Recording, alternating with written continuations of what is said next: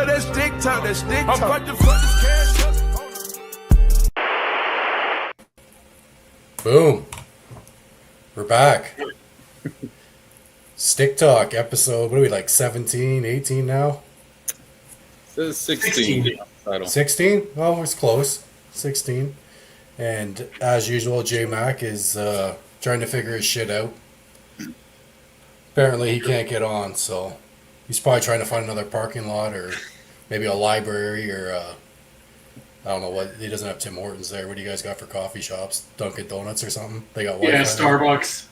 Starbucks, maybe. Oh, there he is. Oh, there he is. What the fuck is this now? What the? Dude, this is... Mr. Potato Head. Hi. What's going on, Jay? Dude, I'm trying. I'm really fucking trying today. I'm doing my best, I promise. I see you're at home. God damn it, now I lost my microphone. Still there. Hang on, I'll be right back. Yeah, no worries. Oh. All right, well, we got a special guest tonight. Well, Jay's popping in and out, fucking things up, as usual. Got Motel 6 Wi-Fi. Yeah. This He lives guy's in a pretty Metro low. PCS area, so... Cricket Wireless. Yeah. Officially got the first dono ever on the channel. Shout out to Bondo Bird. Might have to send that J Max way. Oh, he's got another one going here. Look at all the screens this guy's got. What? Can you, like... Well, there's use two the here. one that's frozen? What is I'll get going rid of it. on? There we Okay. go. There we go. I just got new internet, so fuck you. Did you actually? Yeah, I got rid of the AT&T bullshit. I got Xfinity now. Oh, attaboy. Mm-hmm. I was saying I might have to dono this $1.99 to you from Bondo Bird to help out with your new internet. Oh, yeah, it'll help. You know, It's fiber optic. Oh, I can't do fiber optic now. That's way out of my pay grade. It's out of my tax bracket. Weird all. Well, we have I a know. special guest, Mr. Eric Vega, so welcome. I don't know if we just get right into it now? Oh, Yeah, hold on. well- I'm inside. I got to do the thing. Oh, that better. Oh, no. Yeah, Oh, get jeez. tuned by Shoemaker, y'all. Oh my god. Thanks for lining that up, Phil, with Eric, and appreciate you being on, Eric. Yeah, thanks for having me. This was Yeah, kind man. of a shot in the dark, but hey, I'm here. I'm happy to be here. Oh yeah, Yeah, it's so- just all fun. Just shoot the shit. You know, you have a red S550. It's called Code Red. Like, could you tell us, like, the story of it and whatnot? Like, how you came up with, like, the name and, like, the build process and the previous build revisions? Yeah, so the car's name actually, I mean, as basic as a lot of red cars are. The car's name is Ruby. That just kind of started off with that. I've kind of been that guy that's named his cars, right? So my first car was an '04 Mustang V6. I called it Sally, like Mustang Sally. Yeah. Then I got into an EcoBoost after that, and I didn't really do anything with that one. People tried telling me to call it the Silver Bullet because I bought it in the same silver color that my '04 was, but it wasn't what I wanted, so I was just like, I'm not even dealing with this. But got the red car and was like, just Ruby. I don't know why that's where it came about. But as soon as I started trying to get into actually trying to build the car, I had noticed that a lot of people kind of had their own pages or specific dictations on where to go for their builds and things like that. And my cousin, Enrique, on Instagram as EasyMTZ, has 07, I can't remember specifically, 07 or something along there, Pro Charge single cab 1500. And I was talking to him because he had a decent following, like Pro Charger follows him back, and he's been featured in LS Magazine. I was like, kind of need a name. Like, I don't know what to go with as far as my Instagram page because I made one dedicated for my car. And it was like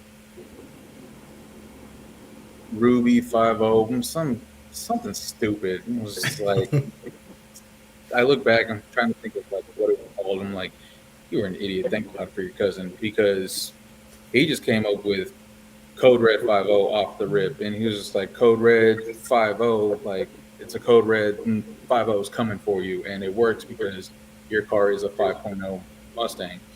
So we just rolled with that, and it's been kind of that ever since. And I guess I've been kind of more so leaning toward Code Red Racing with the name because rest in peace, TJ Bailey. Love and miss my dear friend so much. He would push that name of the moniker, like that moniker, like Eric Code Red Vega, help me out, or Code Red to the front, this and that, and he just pushed it. So I just continue to roll with it, and I was like, well, I'm just gonna call it Code Red Racing. How long have you had the car, Eric? I've had the car since 2016. I bought it used-ish. It was newsed. I bought it with 1,600 miles in 2016. I guess Dad bought it for his son and quickly realized this is not the car for my son, so they traded it in pretty quickly. I've pretty much been working at dealerships for a while, ever since I've lived out here in the DFW area. I found one from our Ford dealer in North Richland Hills. I was working for a GM store at the time. Had them transfer it over and traded in my EcoBoost for that one, and I've been the owner of this car ever since. So, 2-owner car. Nice. So it's a 15 or 16? It's a 15. It's a 15. Okay. So you bought yours in 16. That's the same year I bought my car too. Oh, nice. Yeah. So we've also had it for 9 years now as well. So.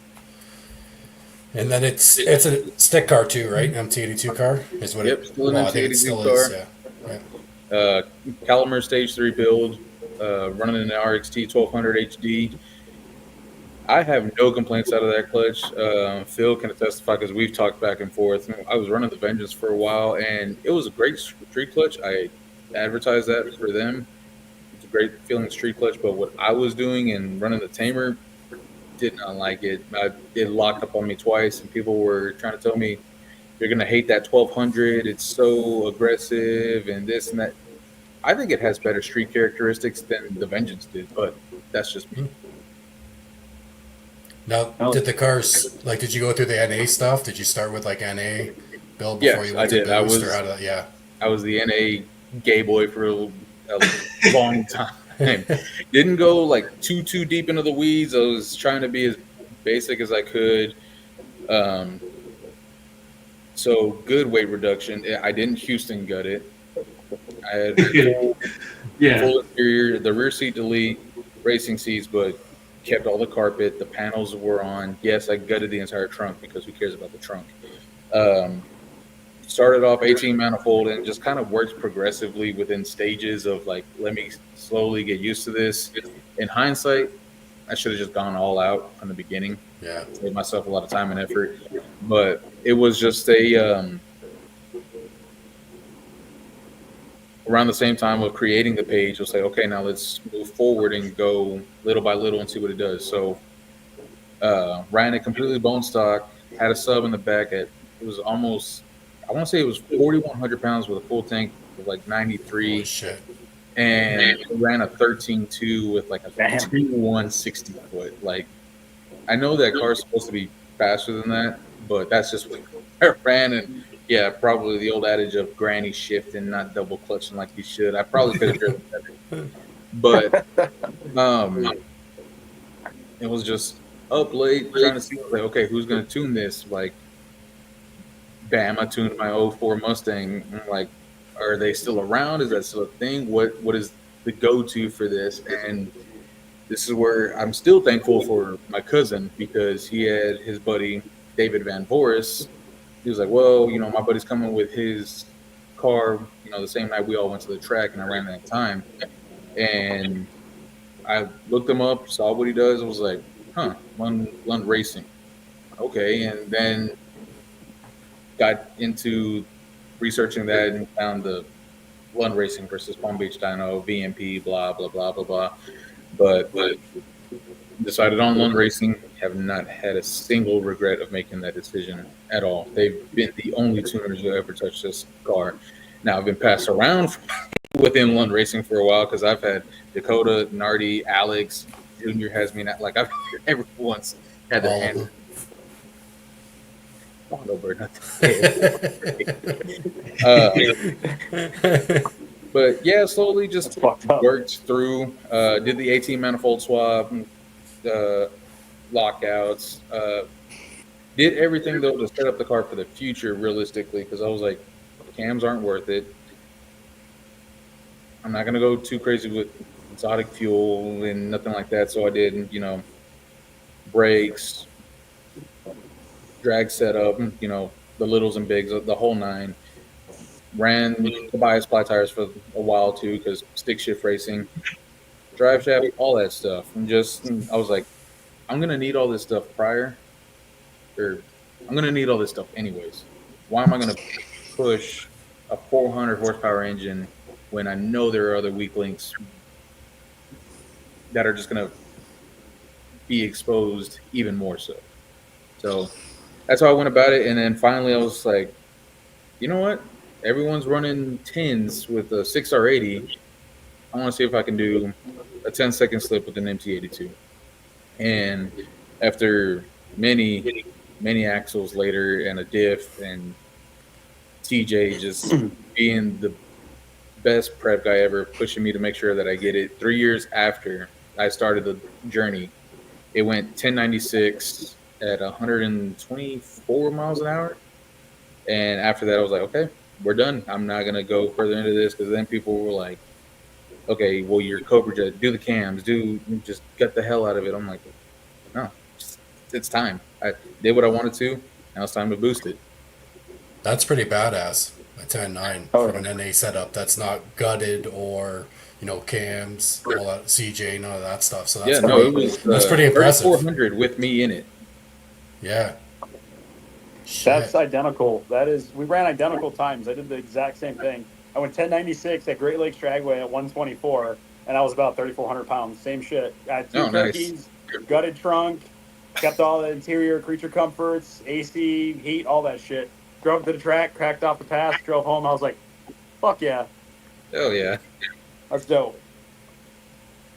Yeah, super impressive because I got into the 11s NA, and that was it for me. That was Yeah, I never had my car NA, so I can't really talk about it. It's a headache, man. I know people talk about like their problems with boost, especially once you're turbo. If you're chasing like CO2, boost by gear, all this nonsense. But the thing is, you're fast, right? Like even a bad pass, like now I can botch a pass and still run 9 at over 140, like mid 140 top speed. That's still fun. I botched a pass when I was NA. That's a 12-second pass. Like, there's nothing fun about that. Then you just look stupid. Been there. So from there you went to boost. So the car's got an ESS on it right now. Was that the first power adder, the only power adder that you've I was weighing options because I didn't know how I wanted to go about things, right? So I was like, it's stick shift. Do I want to go with a top mount blower?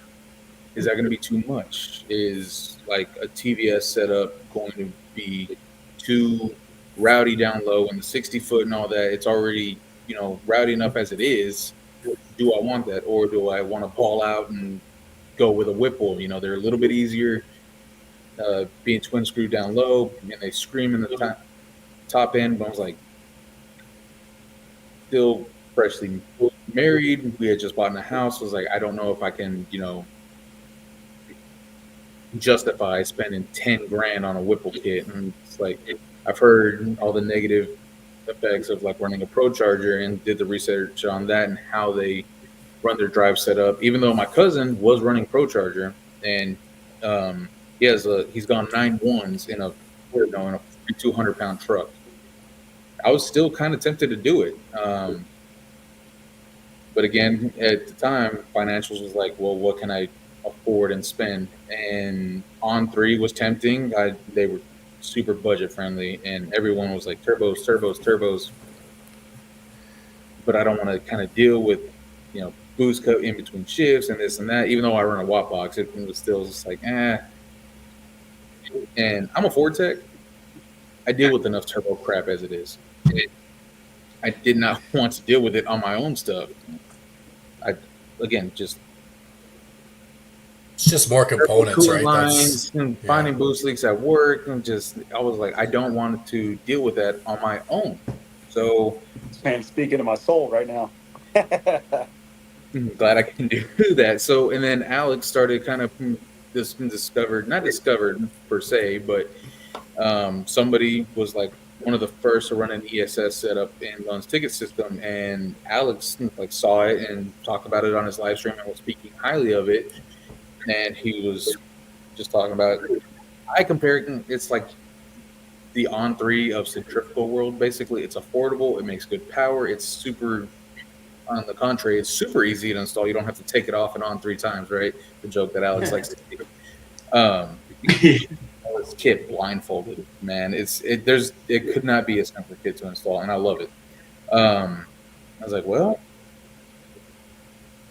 maybe that's it. Maybe that's the route I'm going to go. And I took a shot on the dark in the dark on the kit because he was also talking about false knock in a stick car. I was like, I don't want to deal with that too.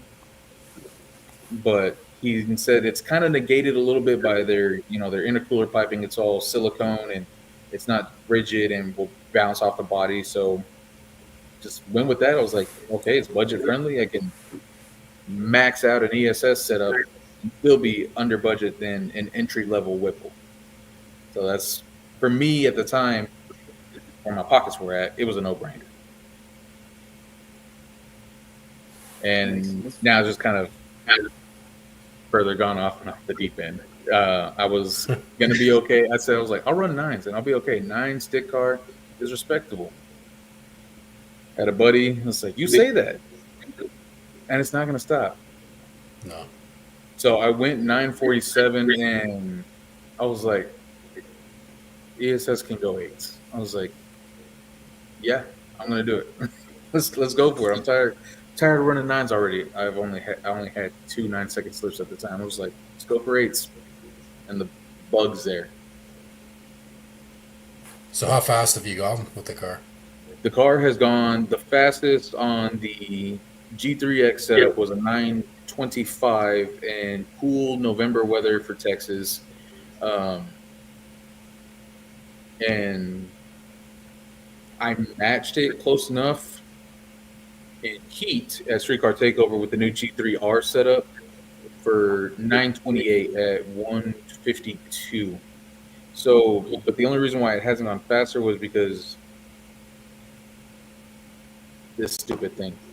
The tamer that Garrett has made, I put on a Wi-Fi button, and I put the button on my left hand. That way, I'm just trying to figure out the new process of staging and how do I want to release the button. Well, I go down track, and I'm like, why is the freaking clutch slipping? And I'm about to make the 3/4 shift, and I look, my freaking thumb is still holding the button. So I slipped every shift. So it should have gone teens at least. Well, Marcus said next outing you're running 8s. That's the plan. Yeah. Thanks for the dono, Marcus. Appreciate that. Yeah, Eric's actually on the top 25 stick shift list for Coyotes. I believe he's number 22 or 23. Am I still there? You're definitely still there. Yeah. Last time I checked, you were like on there. Oh, cool. I like that's good with me. Let's see if I can move up in the list a little bit. And I see Chris Rush is in the chat. What's up, Chris? The fact you're doing So I it with guess- MC82 is pretty badass. You're going up against a bunch of T56s, TR6060, and God knows what else. Yeah, that's just a little bit of me being stubborn. I kind of like what came in the car. I agree with what Alex has said, that the gearing is favorable for me, especially street driving. It's not a daily by any means, but, it's like, oh, hey, talk to the wife. let's go get milkshakes or something. Like, let's go to Dairy Queen, let's go to Sonic, whatever. Or let's take it for a date night real quick. Or it's Friday or the one Saturday that I have to work. I'm going to take the nice car out. And so I like the gearing. It's nice. It doesn't lug down low like a 266 first gear T56. Yeah. And I know some people try to combat it with a 297, but still, I think first gear is 363 or something like that. I know Calendar changes it, but I like it because I also do it as a stop.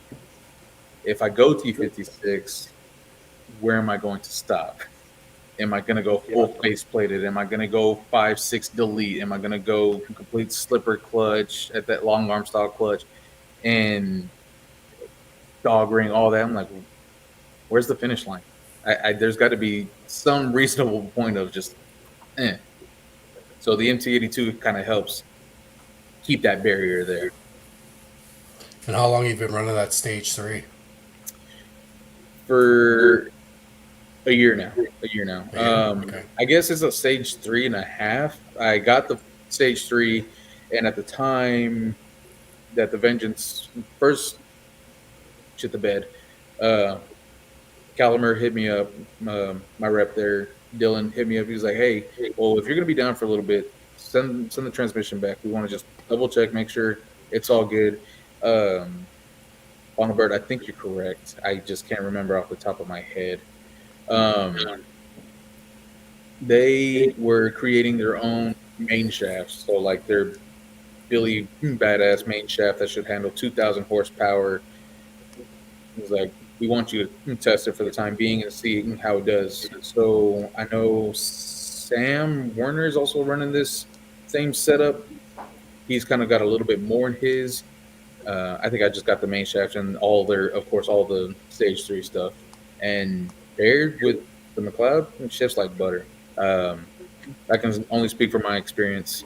I know some people want to say, "Oh, will Calimer still break this and that?" To me, I think this is just a driver issue and a clutch selection. I agree. Well, that's a tough part, right? Because like Jay and I both have factory MT82s still. I haven't gone as fast as you, but there's not a lot of stock MT82s that make it into the 9s. I'm hitting the shit out of mine with a big rear gear and a lot of nitrous too. And mine's like, yeah, it's fine, it's all good. I will say the stock one was good enough to put me into the 10s, and then after that, like even low 10s, because I did break the trans once when it was NA, and I think again that was just clutch selection primarily. But at the time, I wasn't ready to shell money out for a stage 3. I was just like, it's still just an NA car. I'm a Fortec. Yeah, it's a lost art. Let me just rebuild it. So factory rebuilt and went. I think the fastest it went for me stock, even though it was rebuilt, stock rebuild. I think it was 1042. Now, did you break the rebuild or? Did you and then the rebuild broke, and that's when I was like, okay, now it's boost. Let's try to put some goodies in it, and that's when I was pestering the crap out of Calimer. So what clutch were you running in it after you did the rebuild? What is it? The Lethal's line of clutches. A rebranding that it really is. It was the Lethal Performance Street Fighter, like good for like 700. It was basically the ceramic single disc McLeod setup. Okay. So a little aggressive. Ceramic just wants to bite, right? And there's no slip on that. So it took out the synchros and the gears pretty good. Shit. Yeah, I think that's the clutch. LPX HD. I haven't heard good things about the LPX HD.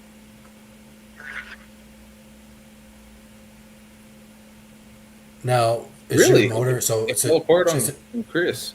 Huh? No. What's up? Whoa. Your motor, is it still stock Gen 2 or is it built? It's built now. So when I went 925,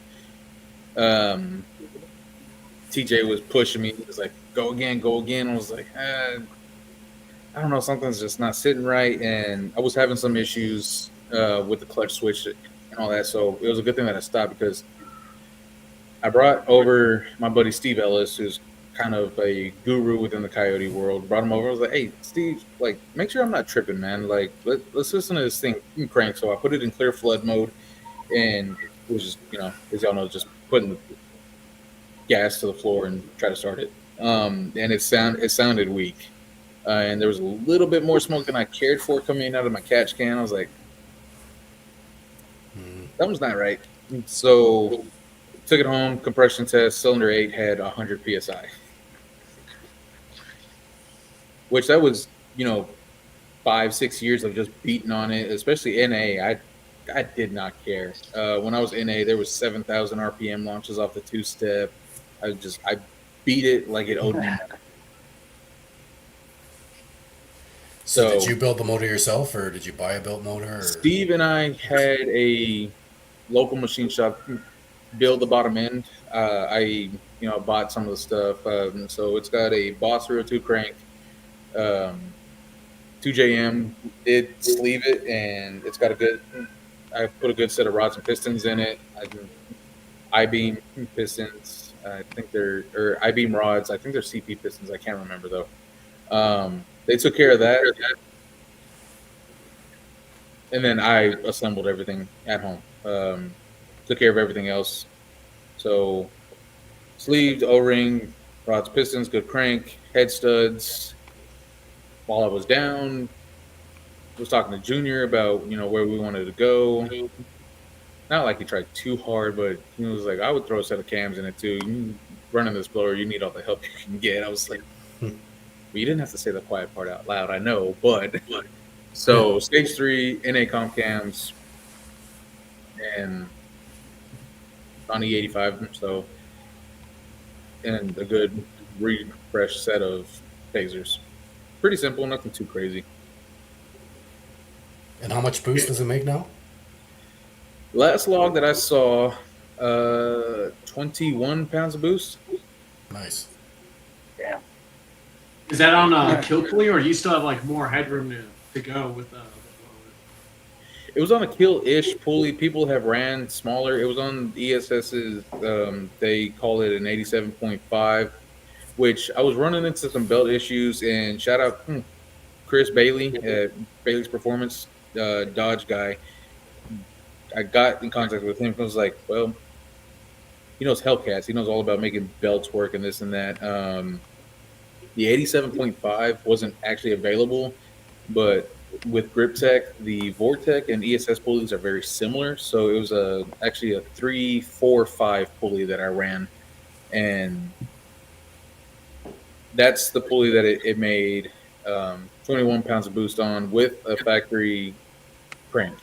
So now we're doing a 15% overdrive and going to still run probably a 90 millimeter pulley and just see if it overspins or not. I'm going to try a 95 and a 90, see where the blower map efficiency is going to land and see what happens. But Yeah, he thinks that should yield around 25, 26 PSI. Hell yeah.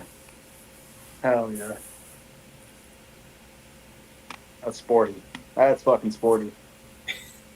Yeah, like your build's like kind of similar to mine with like the comp cam stage 3 with like the baby blower, just trying to take it as far as I could. Mm-hmm. That's what Junior and Alex recommended me. So same thing. Like those cams, like they're like the best like off the shelf cams you can put in our cars and whatnot. Even when you go turbo, it's still a lot of duration and whatnot. Yeah, and I just didn't think to argue with the guy or try to, reinvent the wheel. Just go with it.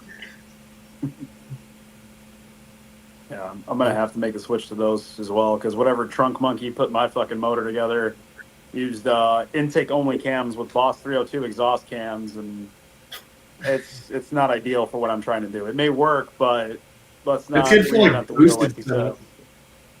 Yeah, it's not great. It's not bad, but it's not great. It kind Can't of really just get better than NA cams. ouch. When's my? Oh, you're in trouble, Chris. Oh wow. She drove a 900 horsepower S550 yesterday. Well, they say it's 900 horsepower. I doubt it. She works at a Ford dealer as well, locally here. That's my daughter. Oh, And, okay. yeah, so she sent me a video yesterday. She was at the gas station with a red S550 like yours, a bunch of carbon fiber on it and shit. So Well, she hey, was all it's the excited best about seller. that. Yeah. So you're in trouble. You're going to be in a ton of debt very soon. Uh-oh. I don't know who told her it was 900 horsepower, but putting that Sunoco 91 in there, I highly doubt it was 900 horsepower, but maybe You sure it wasn't 650. E30? Yeah. Yeah, there's 30, yeah. No, we got no E up here. We mean it has a Right. B51 intake. driving mine on the street, like going from kill pulley to baby pulley, there is a significant difference in 6 and 900 horsepower. So, yeah, don't know who tried telling her that. I think the Probably. biggest difference I ever felt was like going from pump 93 to E85 on like 10 pounds of boost. The car acts completely. Well, For me, one of the biggest, like, holy crap, this is different, was going from 1.5 60 foots to low 1.3s. Like, the car's been 134 60 foot on a Nice. on a Century. I think, people can say Centuries won't 60 foot. I will disagree. Stick helps, but I will disagree. That was one of those, like, my butt just kind of clenched the seat. I was like, "Oh shit, is this really happening right now?" Just went with what I was told. I bet you that was one of the sales guys there at the dealership that got no fucking idea. Oh yeah, they love trying to do that. I Yeah. had like And a it makes 700 horse. 139. Yeah. How long have you been a Ford tech then, Eric? Since 2017, senior master status and everything. I've pretty much. we got a special guest. I'll go.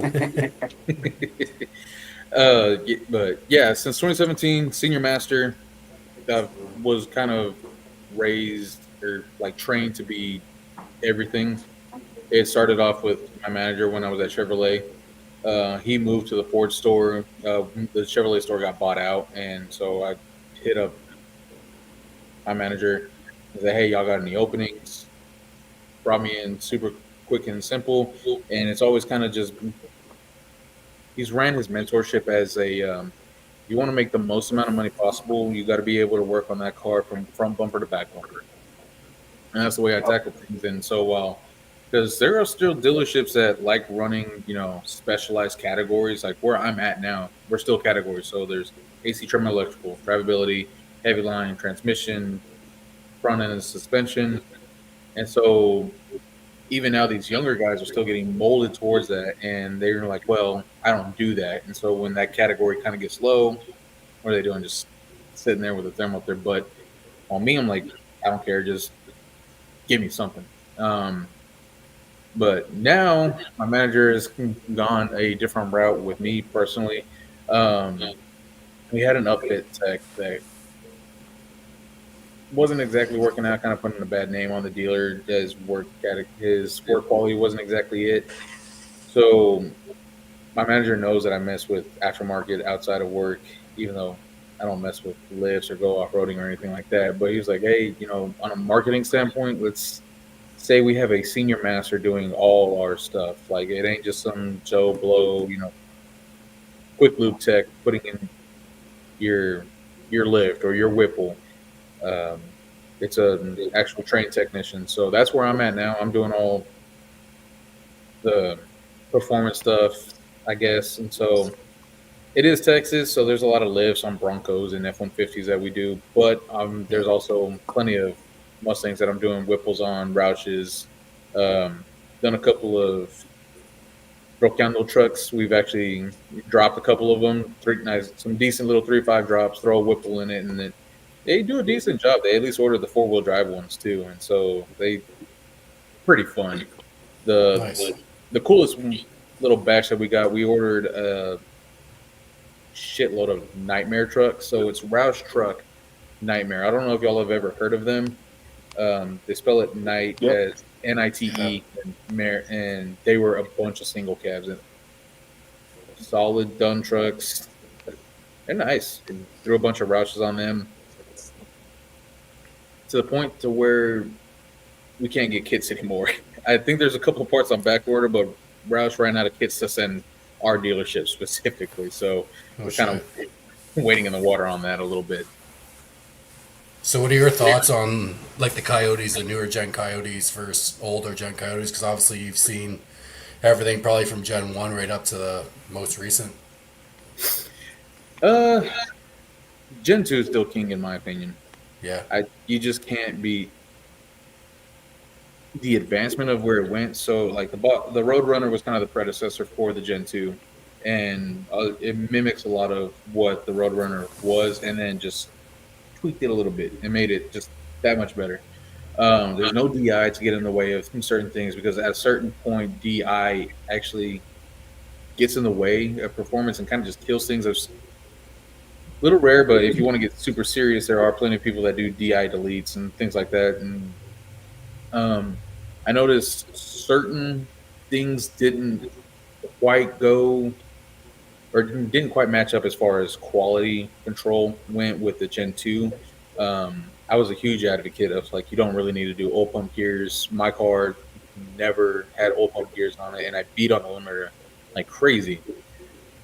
A lot of Gen 3 guys were saying, well, mine actually broke NA. I'm like, but did they really? I know the crank sprocket was bad about breaking.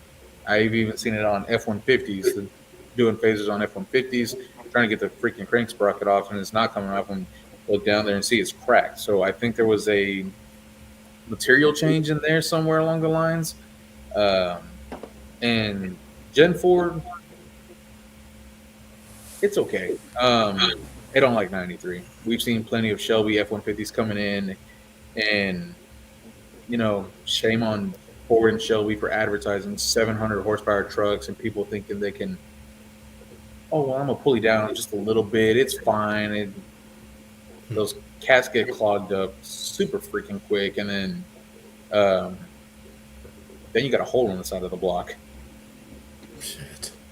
So, yeah, the Gen 4s have blown up on less than 700 horsepower on 93. So take that for what it's worth. Can't say too much on it as far as like the S650 goes, because I know there was a post floating around that Gen 3 architecture is still in the S650, which it is. They kind of hold everyone as far as that goes. It reminds me of the 2010 GT. Yes. Facelift and everything. Hey, you know, S197, but look at it now. It's much nicer, and like still a junk 4.6. Yeah. I feel bad for anyone that bought a 2010. Man, so do I. And Fuck there those was, guys. I had an old classmate. He had one, and it was nice. It was that gold color, and it looked freaking tits. He took care of it, but he tried messing with a couple people, and then the 5.0 came out, the Gen 1 Coyote, and he was just getting dog stomped. And I was like, just waited one more year. You'd have been fine, buddy. So, yeah, like I said, Gen 2, still king. Gen 3 has its place. Gen 1 was good to get its foot in the door and, like, you know, open up the door to what Ford can actually do with a modular engine, because, you know, prior, their modular engines weren't really worth anything.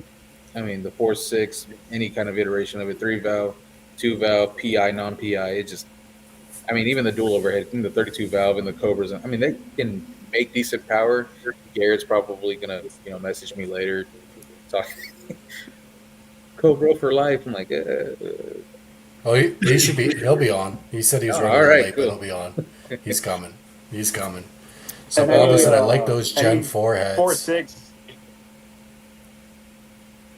Yes, So I will say Oh. we have taken apart a couple of them. The cam caps are actually pretty nice. There's some German stuff on that, in my opinion. It reminds me of some like Audi stuff on how they can fold down the cam caps and everything like that. But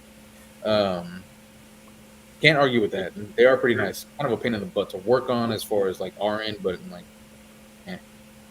So they definitely changed up the heads on the Gen 4s. Yes, yes, the true Yeah. Gen 4s and the F-150s, they are changed. And I didn't know Frankenstein had already done some testing as far as their flow rates and stuff, but that's good information to know. Any guy's gonna eat that up, and you're like, man, I need Gen 4 heads. Oh, yeah. What kind of- It's just a matter of time. Oh, yeah, absolutely. I mean,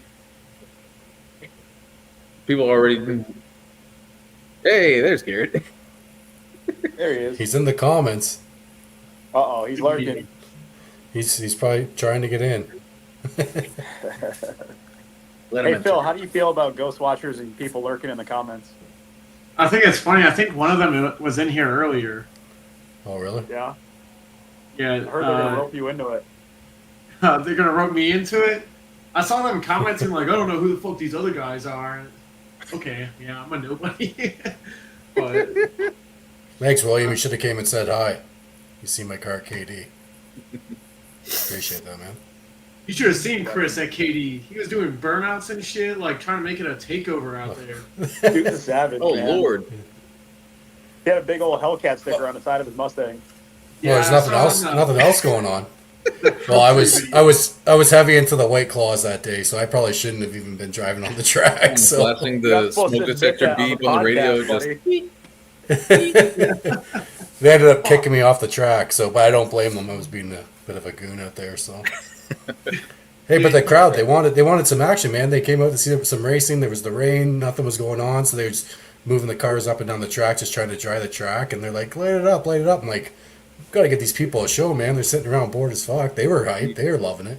yeah, what was that? he You said were doing trying burnouts to when hit you were it. drying the track? Yeah, I stopped on the track. Like they had cars. We were just rolling up and down the track, and I stopped in front of the stands and did a big rolling burnout. Oh, my Fuck God. And Ben was in the car with me. He was live on Pro Tree. I said, "Get in the car," and we just did laps. And I said, "Fuck it." And Get kicked Nice out, roller jump fella. out of the car. Are you not entertained? no, That's fucking badass. That's awesome.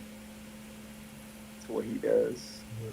Eric, Yeah, you're trying that's to what go I do. to known Odd Rick National for this year, many right? years, so he knows what I Yeah, do. yeah. I'm still trying to line that out. So, actually had a decent conversation with my GM about trying to get out there and I'm trying to sweet talk him a little bit. Like, I want to kind of, try to represent 5-star performance a little bit, and trying to just reiterate the fact that, like, hey, we stand by what we're doing here. Like, we're not just bolting on a Whipple or a Roush kit for you and then see you later. We actually kind of stand by this. Like, here's what our guy does. Trying to feed into that a little bit, and so I just also need to lay out a plan of what I actually need to my manager, just my service director, and then go from there. It's just a little difficult, man.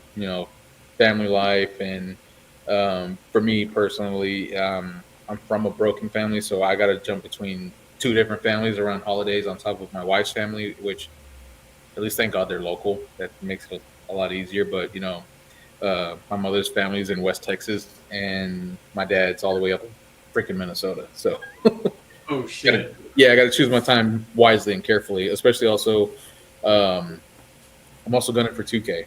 As long as Peter doesn't change the rules and his requirement is still $8.99, I'm gonna shoot for 2K because it's local and this is an hour away from me. And I guess you're probably just chilling right now because it's probably so hot in Texas. Man, it's hotter than Satan's garage. Yeah. I think you'll definitely hit that 8 if you get to SGMP for mod nets because of that air out there is like really good that time of year, especially in the evenings, and like it'll go 8 relatively easily. It's from a broken car family. Damn fucking He right. definitely. Everything's broken except his internet. He's got good internet. Look at this It's guy. all fucked. Hey. It's all Jeez, like- fucked. But yeah, Even so your stance today. Look at him. Look at him. sheesh. His Doing posture good. You know looks what? better. Everything. You know what? That's because this is the look of a man that's about to take his 4.6 out, throw it in the trash, and put an LS and an SN95, baby. We got Oh, the green God. light. We are moving forward. So I'm excited. Everything's Getting good. rid of a 4.6 to an LS, does that just mean you went from gay to being bi? Basically. But I mean, I still have a Game with Coyote, so extra we're good. steps. I gotta set myself up for that one. I can't argue with that. We still got a Coyote car though. We're good. I got a Coyote MT82 in the white car. We got an LS in the other one. All right, sound good. So gotta have it. But yeah, man, it's still freaking hot out here. And so, I mean, there's a rental next Friday, and I really want to make it because I need to get this tested because like a couple of us are guinea pigging this 8 rib setup for ESS, and so there's only like a handful of us running it, and then only that much smaller that are actually going to go and push it. Like Ken Hillard with HPR is actually pushing it on his 6R80 car, and I'm pushing it on my car. The other guys that are like testing it are just kind of like street drivers, maybe do a couple little fun runs in Mexico on the highway, but I want to get at least this setup vetted, and it's bigger injectors as well too. Junior thought the 1440s were going to get tapped out, so he advised me to put some more fuel system in it. So we're running the 1750Xs now, and tell me to get rid of my 285s and put 295s in it. So you got 2 or 3 in there? 3. 3? Yeah, I'm about to make the same step up fuel system lines out of 295 pumps and then to a bigger injector. I don't know if I'm doing 1750 or 1450. I've been talking to Marcus a lot about it, and he's been guiding me a lot. 19 Celsius in Alberta. I think there's a What's dragon that- drive going on out there right now. What's What's that in American? I was about to say, what's that in Baldy? Like 80 shit, I degrees? don't No, I'm no, not that's even like sure. 70 degrees or something like that. Fucking Celsius. Let's see. God damn it. So with your S550, right? You know, it's an IRS car. Yes. What size like tire do you get on there? Is it still 17 setup, or did you do the conversion for the 15-inch? And then what tire compound and how do you launch the car to have such success with 1.3 and faster 60 foots? Did not do the conversion. Did not feel like dealing with the knuckles, and then like the AED made the knuckles. I'm like, I'm not spending $2,400 freaking dollars on knuckles. Like, get bent. Like, I'm sure your product's great. Like, I don't mean any disrespect there, but like, no. And then I just kept seeing the success of what other people were doing with 17s, like Brian Luna, by the way, you know, running 6s on a 17-inch tire. Like, there was no reason. David Van Voorst told me the same thing too. You know, he kind of like, if he thought about it, if he knew what he knew then now, he wouldn't have gone 17s is what he told me. So it's a 28 by 10.5. I got away from the ET Street R. Was running that. Good enough tire. I liked it. The price point is just kind of absurd. And now it's up on the freaking car now. Pro bracket radials. So there for a little bit when it was NA, I was running the Hoosier DDRs, the drag bracket radials, 28, 10.5. Loved them. They were light, good contact, patch, and everything on the track. Thought about going back to those, but a lot of people were like, well, you know, you can't compare your boost now. You were NA. I think people just really love Mickey Thompson. I had success with Hoosier, but I don't know if I would now. Not saying that they don't make a good tire, but I know everyone that's fast is running Mickey Thompson for the most part. So the PBRs are on it now. IRS, I mean, just figure out the fine line of squat, right? There's no separation on that. You do want squat, but controlled squat, and then you don't want to shove the freaking tire up in the fender well. So Viking setup all the way around. Just normal Vikings. The coilovers in the front, Crusaders, and I think they're Crusaders all the way around. And just finding that fine line of where you want the squat and controlled squat initial, and then on the downhill is all that it is. And of course, Garrett's tamer helps a lot to keep all that controlled. I used to try to, slip the clutch on my own long before I had a tamer set up in the car, and it worked. I could get it to, move. I could slip it just fine, only during testing swim sessions. And I was just like, if I'm going to try to do races like Street Car Takeover or just whatever, I'm not going to get anything done trying to slip the clutch myself and taking my time and then pulling like a 0.6 reaction time. Like it's just not gonna happen. Yeah, Right. it's tough.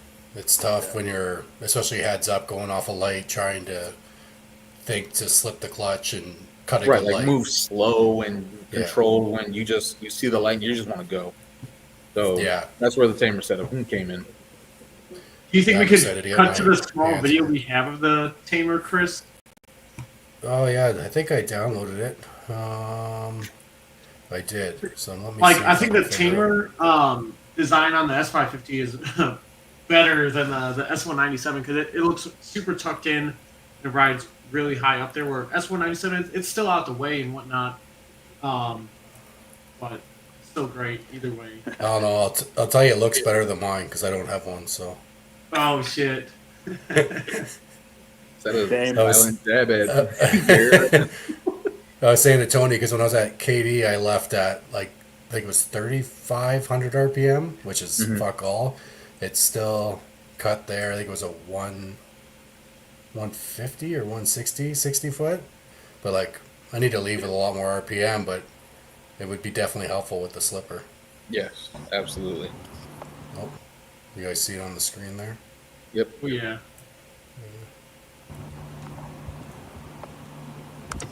All you S550 folks better be harassing Garrett about this shit.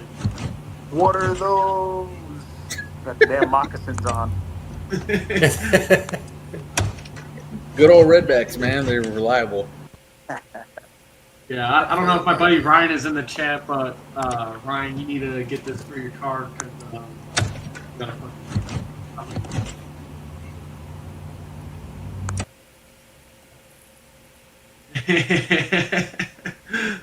Exits chat. That's- 3,500. Hey, can we go to this 2-valve guy really quick? Oh, that's my homie Cole. He's local to me.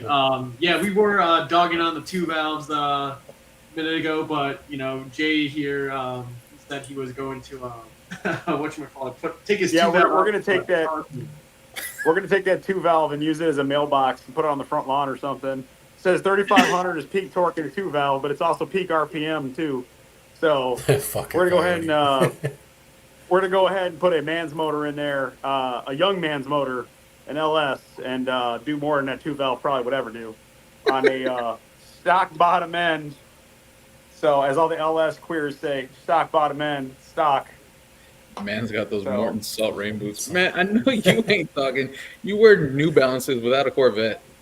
He's a Cobra guy. It's okay. He's probably really He's hurrying the right. fuck up to get home now. He doesn't have the fat guy shoes, the fucking Crocs or those what are the Hokas or whatever they are. Hey, what are you trying to say about my Crocs? I cannot Fucking stand fat Crocs. guy shoes. That's what they are. Yeah, they're not hey dudes. Dude, No, that's no. just gay. Hey, That's dudes fucking- I had never seen a set of shoes that had the white culture in such a freaking chokehold. Like every white guy was wearing Hey Dudes. When the fuck did 2 Cole? valve gonna come across your head. Man, fuck you, Cole. I'll see you tonight. This guy's fucking high. He's high as fuck. I don't think there's any 2 He's a valves that make as drifter much power as a also. stock Coyote. I think he meant the Right. 2-valve was My actually truck going is to probably lift the faster than head. 2-valve. Lift the head, yeah. Oh, wait, no. It can't even do that. It doesn't make enough power to lift the head. I don't know what the fuck you mean. They got those sex offender 7s. Oh, fuck. That's fucked up. Of course, Bondo Bird loves them, hey dudes. Of course, He's the a Cali guy. voluntary white guy. I think it's fun when I go to the track and I see the guys in the hey dudes and they're in the staging lanes or whatnot, or they come up to the tree and whatnot and they get stuck and lose their Oh, hey he dudes. saw them all at Mont. I didn't even know what hey dudes were until it was BJ the flagman. Yeah. He made a comment about it Yeah. at the pad about some dude in this hey dudes, and I'm like, what the fuck are hey dudes? And I Mondo, googled it, what are and you since doing for then, the raza, bro? Like, what are you doing? Bro, you cannot be rocking hey dudes, man. Like, especially at everywhere a track. at Mon Nuts. We went to a fucking track rental yesterday. It was radial prep, and I had my Vans laced the fuck up, and that fucking track is still trying to pull my shoe off at 131. I'm like, I don't know how people come out here with Crocs and hey dudes. It's impossible. It's impossible. No, TJ was so adamant of always making sure everyone was strapped down, like their feet stayed, like their shoes were strapped. Like welded to their feet. Because if you didn't, you were losing your freaking shoe at the Texas Motorplex. I saw somebody had some worn out shoes. The sole stuck to the track, and the shoe came off. What? Shit. Legally retarded. Can confirm. You got to get All right, them. well, at least we'll never You see got to you show in up and Crocs. tracking them and That's them Tims, man. You never see me in those Crocs. Actually, at KD, Trevor was wearing Crocs, but then again, that's a no prep. But I wore Crocs at come on. FL2K when it turned into a fucking swamp. It was pretty nice. I only wear them when I'm sea It doing. actually kind of works out. no fashion. Chris, man. you got a fucking pair of Crocs? Are you serious?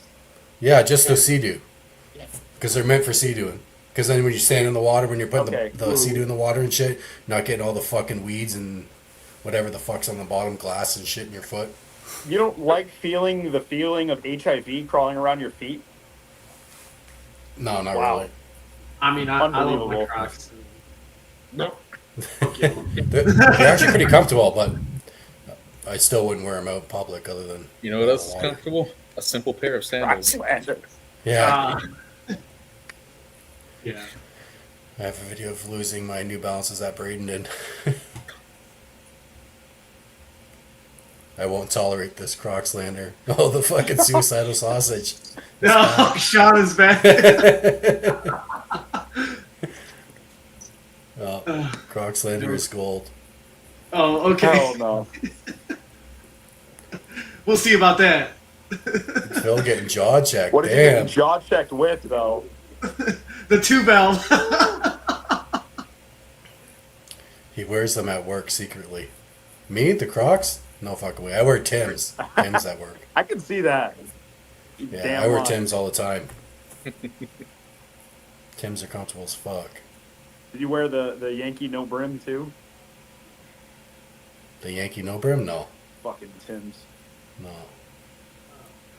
Phil pulling out the 9. I don't know what you mean by that.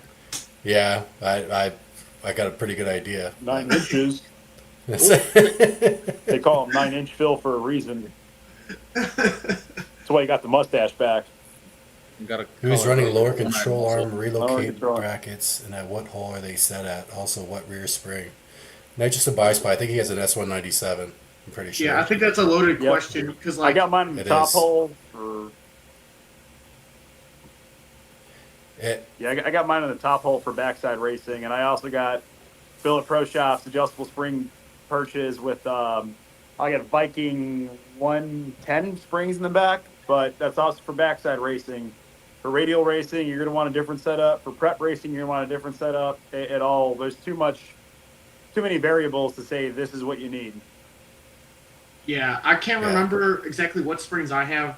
I think they're 110 or 125 pound Viking springs.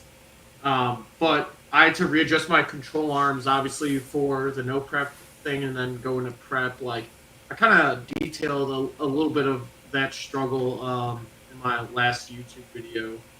But you have to reconfigure the whole rear end, basically, on S197, from no prep to radial prep or radial tire in general. So it was a fun learning experience. yeah, it's a lot of messing around and testing on different surfaces and testing, putting it in different holes. Yale, and Adding weight to Yeah, the you always trunk. gotta test that. That was the biggest thing that helped was adding weight. That- Yeah, so it's, You know, it's the always good biggest to weight. put big loads in your rear and test different holes. yeah, I had to get 300 pounds, so I had to go find a fat bitch to put in my trunk. I knew it. We said it last time. Phil and Garrett, certified orthodox. Phil and Garrett are cruising around. Yeah, dragon drives with fat chicks. And the trunk only for traction purposes. Santa Too Claus, rough, all I gang. want for Christmas is 2 fat bitches and cheeseburger to feed the fat That's bitches. fucked up. How do I put this guy in You know timeout? Phil eats elotes all day. A long way. Phil loves elotes. That's fucked up. This has got to be like. That's Is this fucked up. Is this guy related to Turvey? No, I this think guy he's isn't as related bad to, as Kirby. This Is guy's car actually runs, so he doesn't like fucking try to Oh, weld. so he's or related whatnot. to garage built Coyote. That's what I'm hearing. Yeah.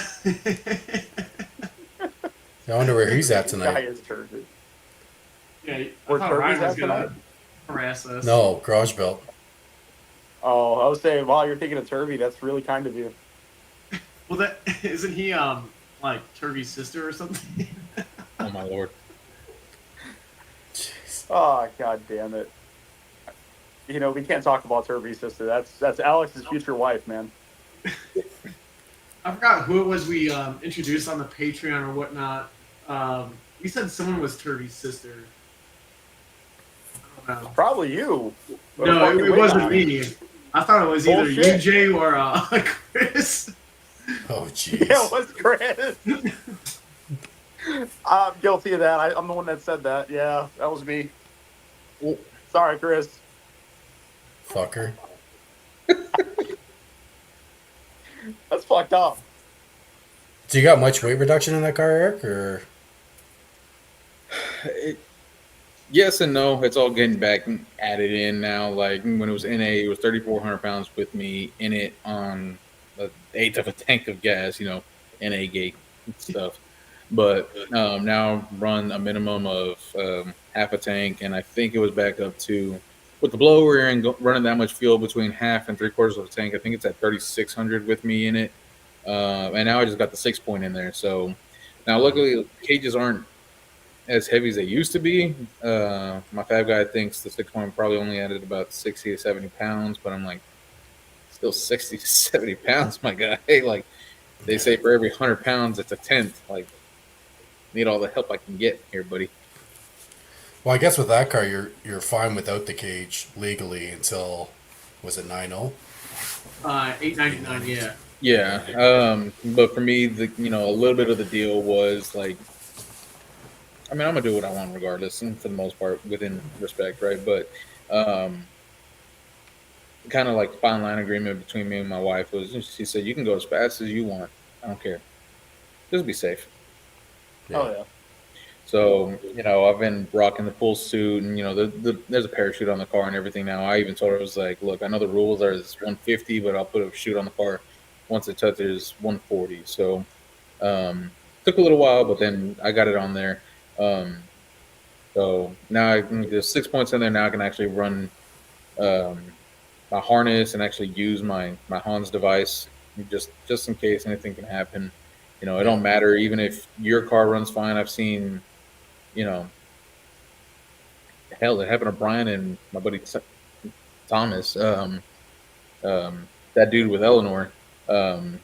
They were running qualifying at 2K, and something happened with Brian's car, and had Thomas not gotten in front of Brian, like Brian was gonna freaking clip him. Thomas's car was running fine, but something happened with the blue bean. I don't know what happened. So when people can say like, "Oh, I'm fine, I'm gonna be fine," well, you may be, but you don't know what's gonna happen to the guy next to you. Yeah, that's true. That's a good point. So in order for you to you want to race at 2K or Texas 2K, right? Peter's race. Do you have any other mods you're gonna really do, or things you're gonna try to get that 899 in bad quality air right now, or are you just gonna wait until the winter so you can do it?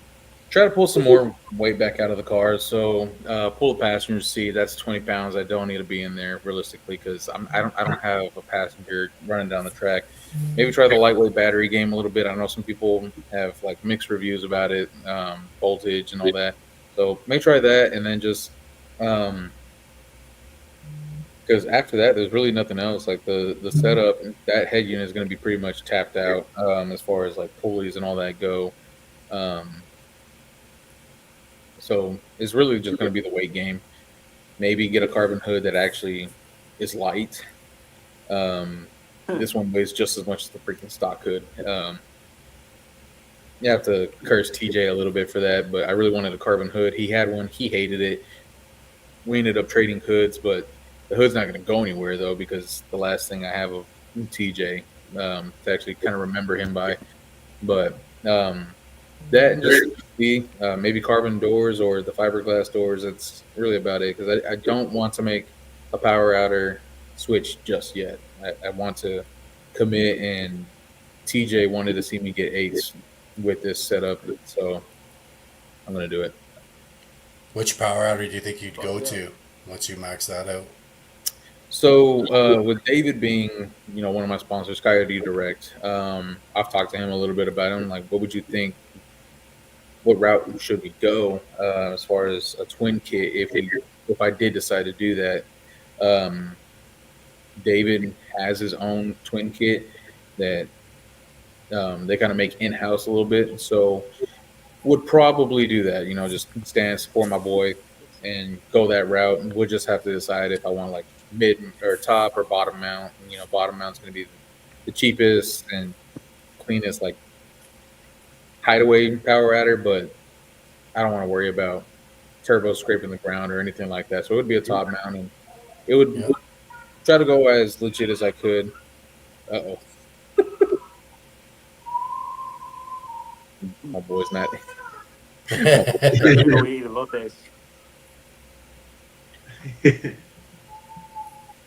The joys of Garrett was here. Garrett was here. Yeah, where'd he go? He was trying to fix his shit. His shit was vertical, not horizontal. No, just. Well, no, I think Chris Hansen after that comment. Yeah. Well, he's coming back. Yeah, like I'm in the middle He's of a loading. power He's adder spinning. change right now. Yes, Cole, you're absolutely right. You got?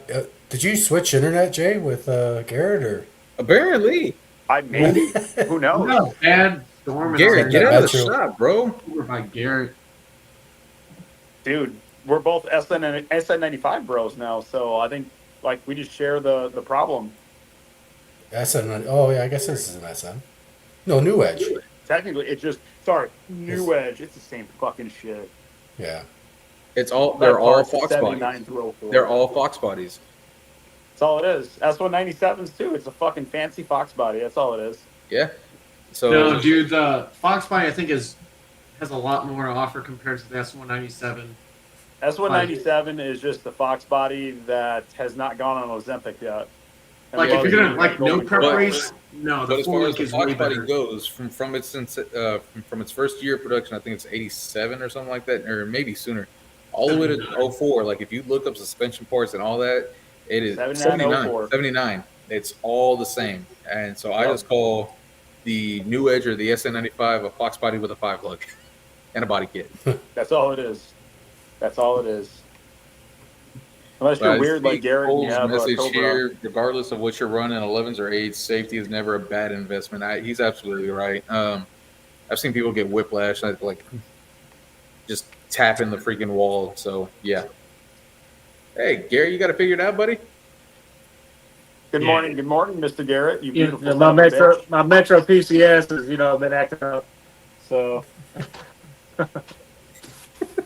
And like You're looking- people can kind of talk about I it. just got like, home. So.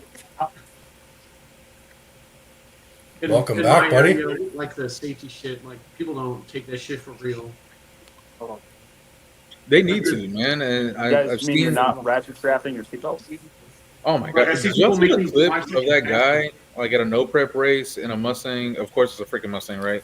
No, Oh, the no yellow one? shirt, no seatbelt, but he's rocking a dirt bike helmet. I'm like, what was the freaking point of that helmet?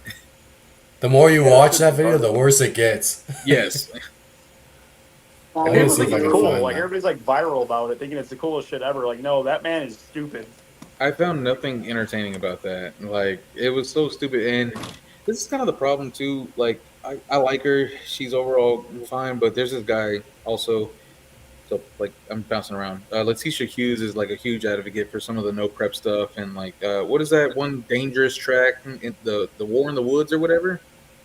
Don't look at Yeah. me. Oh, fuck yeah. 1.7.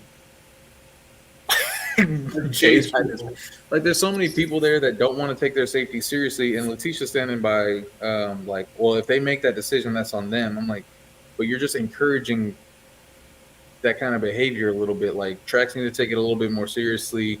And yes, it is a no prep event, and I understand that completely. But when people were buy into the atmosphere of like, oh, it's a no prep, it's outlaw. They negate their safety because it's outlaw, Yep. right? They want to fit into the crowd, and you're just completely risking yourself at that point. I'm not for that. Buy your safety Yeah. gear and take it seriously. Go home to your families, and if you ain't got one, find one. Well, I'm gonna go find a family for one. Secondly, no, actually, Alex had brought that up right after War in the Woods. On his one live stream, he asked me about it on his live stream, and I think we've talked about it on here too. Is like, it's not even the track or the environment that's dangerous at War in the Woods. It's that you got a lot of guys that are high on the attention. There's a big crowd. They want to put on a show, and they don't know when to lift and when to let out of it because they want to win. And hey, look at me, I'm a badass. I just beat so and so, or I drove the fuck out of my car. And it's like, when, at what point do you say, hey, this isn't worth it? You know what I mean? Like, do you want to look like a hero, or do you want to be all fucking, you're all over the internet when 1320 is putting your fucking dead corpse on their thumbnail? You tell me. You know, Exactly. It's kind of fucking stupid. And I kind of understand that a little bit more after my last outing at Streetcar Takeover. So I ended up meeting Aaron Lopez, record holder Civic, all-wheel drive Civic record holder. And, well, he won 2K this last year. And I don't know if y'all, like, paid attention to stick shift in 2K this year. He kept getting lucky. Cinderella walked straight to the finish line. And that's no, shot at him. His car's badass, and he is a badass driver. But a lot of people broke, and so he would not make full passes. Either he got a buy or a broke buy, and he would not make full passes all the way to the finals. He didn't even make a full pass in the finals, even though the track is completely on point. And I told him, I was like, man, I don't mean you any disrespect, but why couldn't you at least make one full pass for the crowd? And he was like, not worth it. He's like, save money on parts, save money on the car. He was like, what if something would have gone wrong? Like, everyone's luck that day for stick shift. Like, everyone was beating on their cars and having a bad time. So, like, you know what? That's fair, because this stuff ain't cheap. So, Aaron, I think you had the right call. Oh, you're pulling it up. Oh, I found gosh. the video. It's gonna make me. Oh, cringe. yeah. I don't think there's any sound, but it'll Well, you get the have to visual unmute it. anyways. That's how Garrett drives, by the way. Yeah, when I had the IRS in it, absolutely. It Oh, my gosh. Yeah, helmet on. had to be. It had to be a Cobra guy. Of course. I don't think that was a Cobra though. I thought that was just a GT. See, it would have went straight if he had some nitrous on it. He clearly doesn't have your tamer. Nope, not even close. No. That dude needs more than a clutch tamer. I He needs a fucking. I know. There's nothing tame about I- him. I know That man how needs that Jesus. feels. He needs Jesus because he's going to meet him soon. He keeps driving like that. Racing naked, pretty much. Bet you're Yeah, racing in I- the street naked, pussy. The unstrapped helmet. And it wasn't just that. I think it was. Yeah, I noticed the unstrapped helmet. And I think it was Bondelberg pointed out he didn't even have his seatbelt on either. That's so stupid. He probably cracked open a beer right You have to before have that, at too. least. At least have the basics. Even if it's a lap belt. I mean, put something You on. know damn well he just boofed some meth right before that and said, watch this, I got this. He fucking went right down that track. Took a huge puff. Oh, I don't see this shit. That dude is. He just, Listen, if he wasn't in a Mustang and you showed me the tire tracks going down the track, I would say it was a G body all day, oh, fuck yeah. because that's anytime you go to a no prep track or something like that, the G body's What's that's it right. called? And The then- G-body G-body walk or shuffle. dance or something like that? Shuffle. Dude, yeah, it's the G-body Yeah. shuffle. You know damn well Yeah. that dude right there, if he's watching this, I'm going to call you out on this. You know damn well you're at home booty boofing some 5-hour energies, motherfucker. You live on the edge dangerously. Nasty. The funny part is like guys that race for a long time, we know a good pass.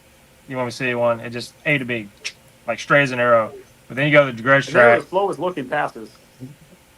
yeah, and then you get Pookie out there running 630s, but he's taking the circuit track round to get to the end.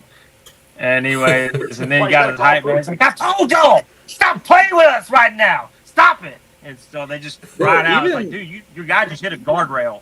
You guys just hit a Even guardrail. like Garrett has touched on that a little bit. Like Garrett Mitchell, he had like an interview or something, or Yeah. just one of his calm moments. He was like, man, he's like, I've had guys come up to me like, oh man, you really got to hold on to this thing and drive it. And he's like, even that, Cletus is like, I think you're kind of doing that to yourself, because I've driven low 6-second cars and haven't had to do that all the time. Like, you're doing that to yourself.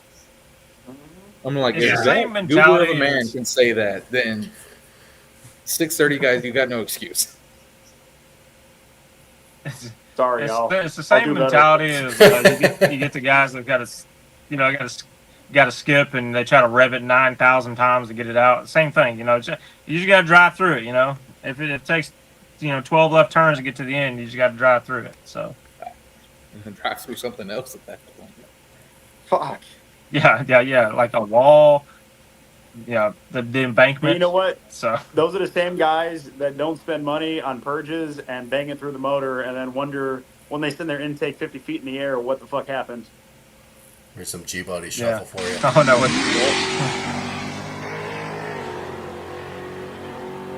Oh yeah. yeah, Oh, it wasn't that bad. bro.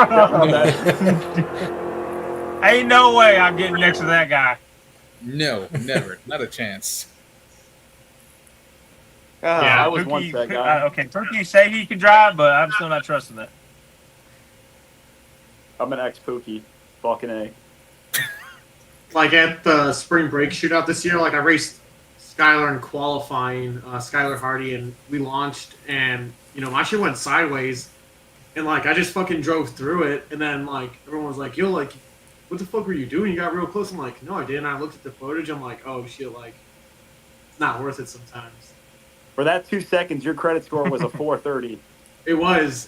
But then I back halved and drove around Skylar at the finish line, but that's because he shut it off after the 30 is kind of eighth generous, isn't it? This whole You know, podcast I has a tried. 430 credit score, apparently. I tried. I really did. Together. So Brown. That's Jay's buddy. Yeah, we all got 430 credit scores.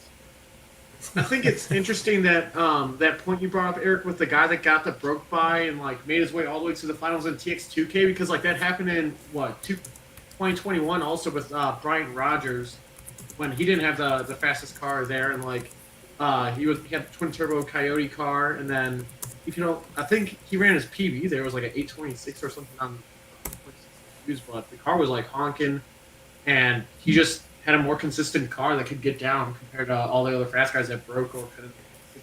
That's why That's I what still you want to know stick with it racing's too. Like, I had my Cinderella walk a little bit, right? Like, and people just need to show out. Like, I don't know why Dallas struggles. Like, as big as we are and as big as the car scene is out here, the stick shift class struggles immensely.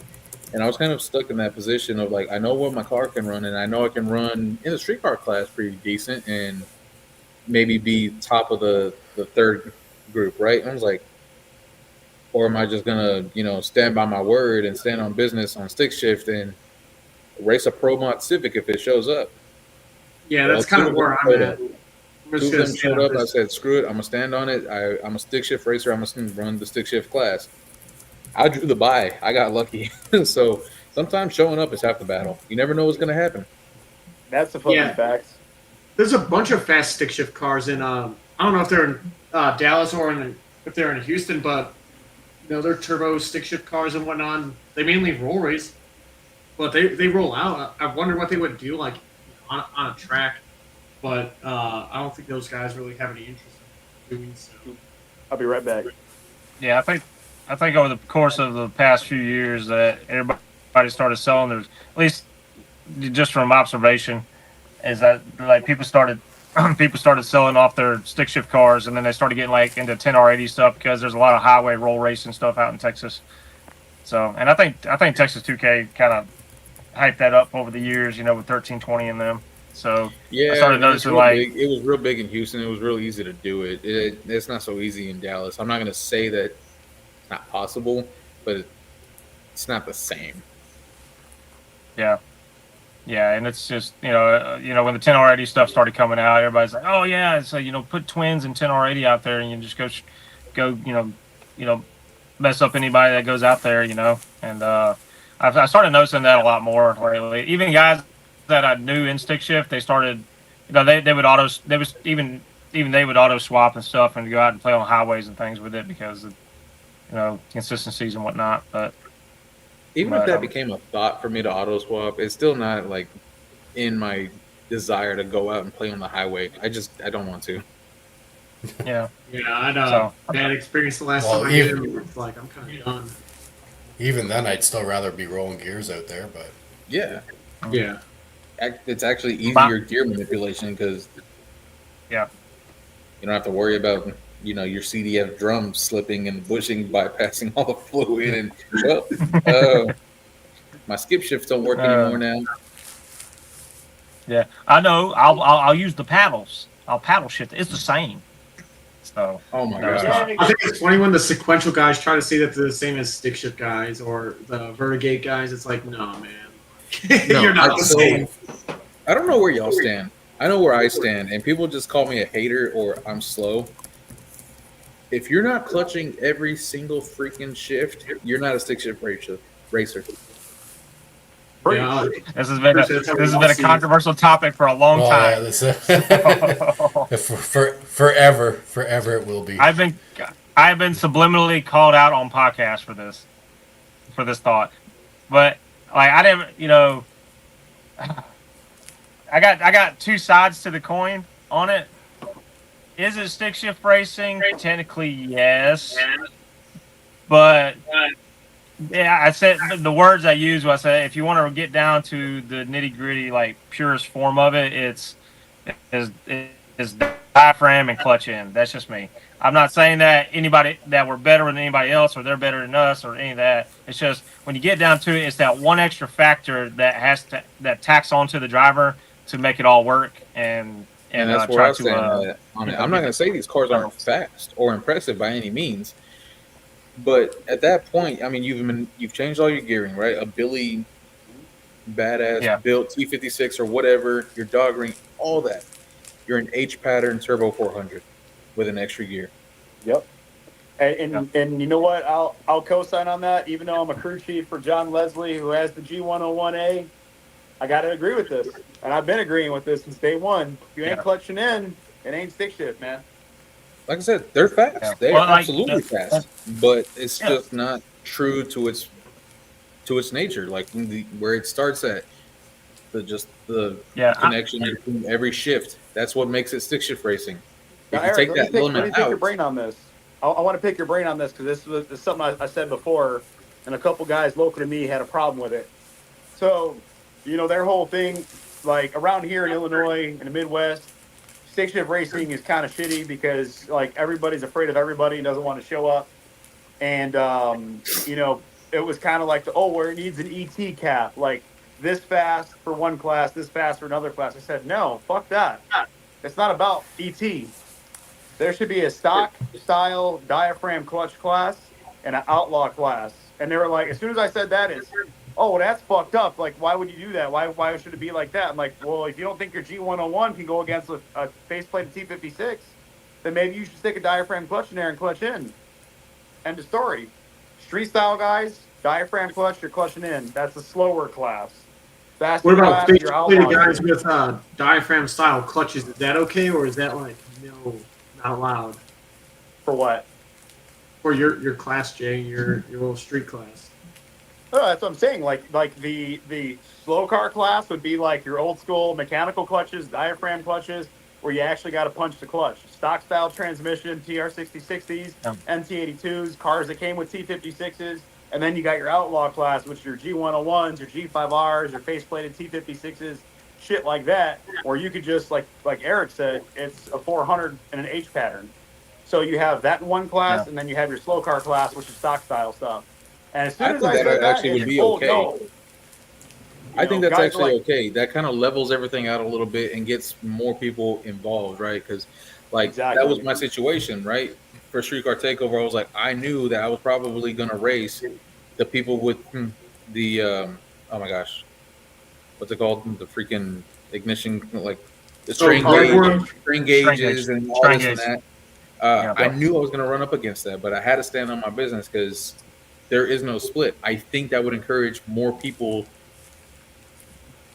your small town hero stick shift racers to get involved, right? Because at the end of the day, a lot of racing is just who's got the deeper pockets. And in stick shift racing, if you got deep pockets, man, you can go fast and you can seriously stomp out the competition. At least, with automatics, everyone's either got a glide or a 400.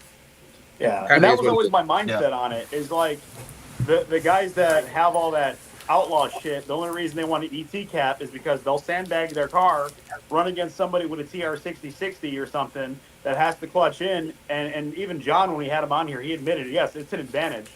But that's why they want an ET cap, because they could sandbag. If I'm slower, well, fuck it, I could sandbag in the slow class and still win. But the second you got to put them guys up against guys like Granis or fucking Grubworm or shit like that, oh no, all bets are off. That's not fair. Why not? Like you said, it's about being consistent. It's not about what equipment you have. It's like, no, that's just an excuse. Like, you're trying to sound good, but you're not.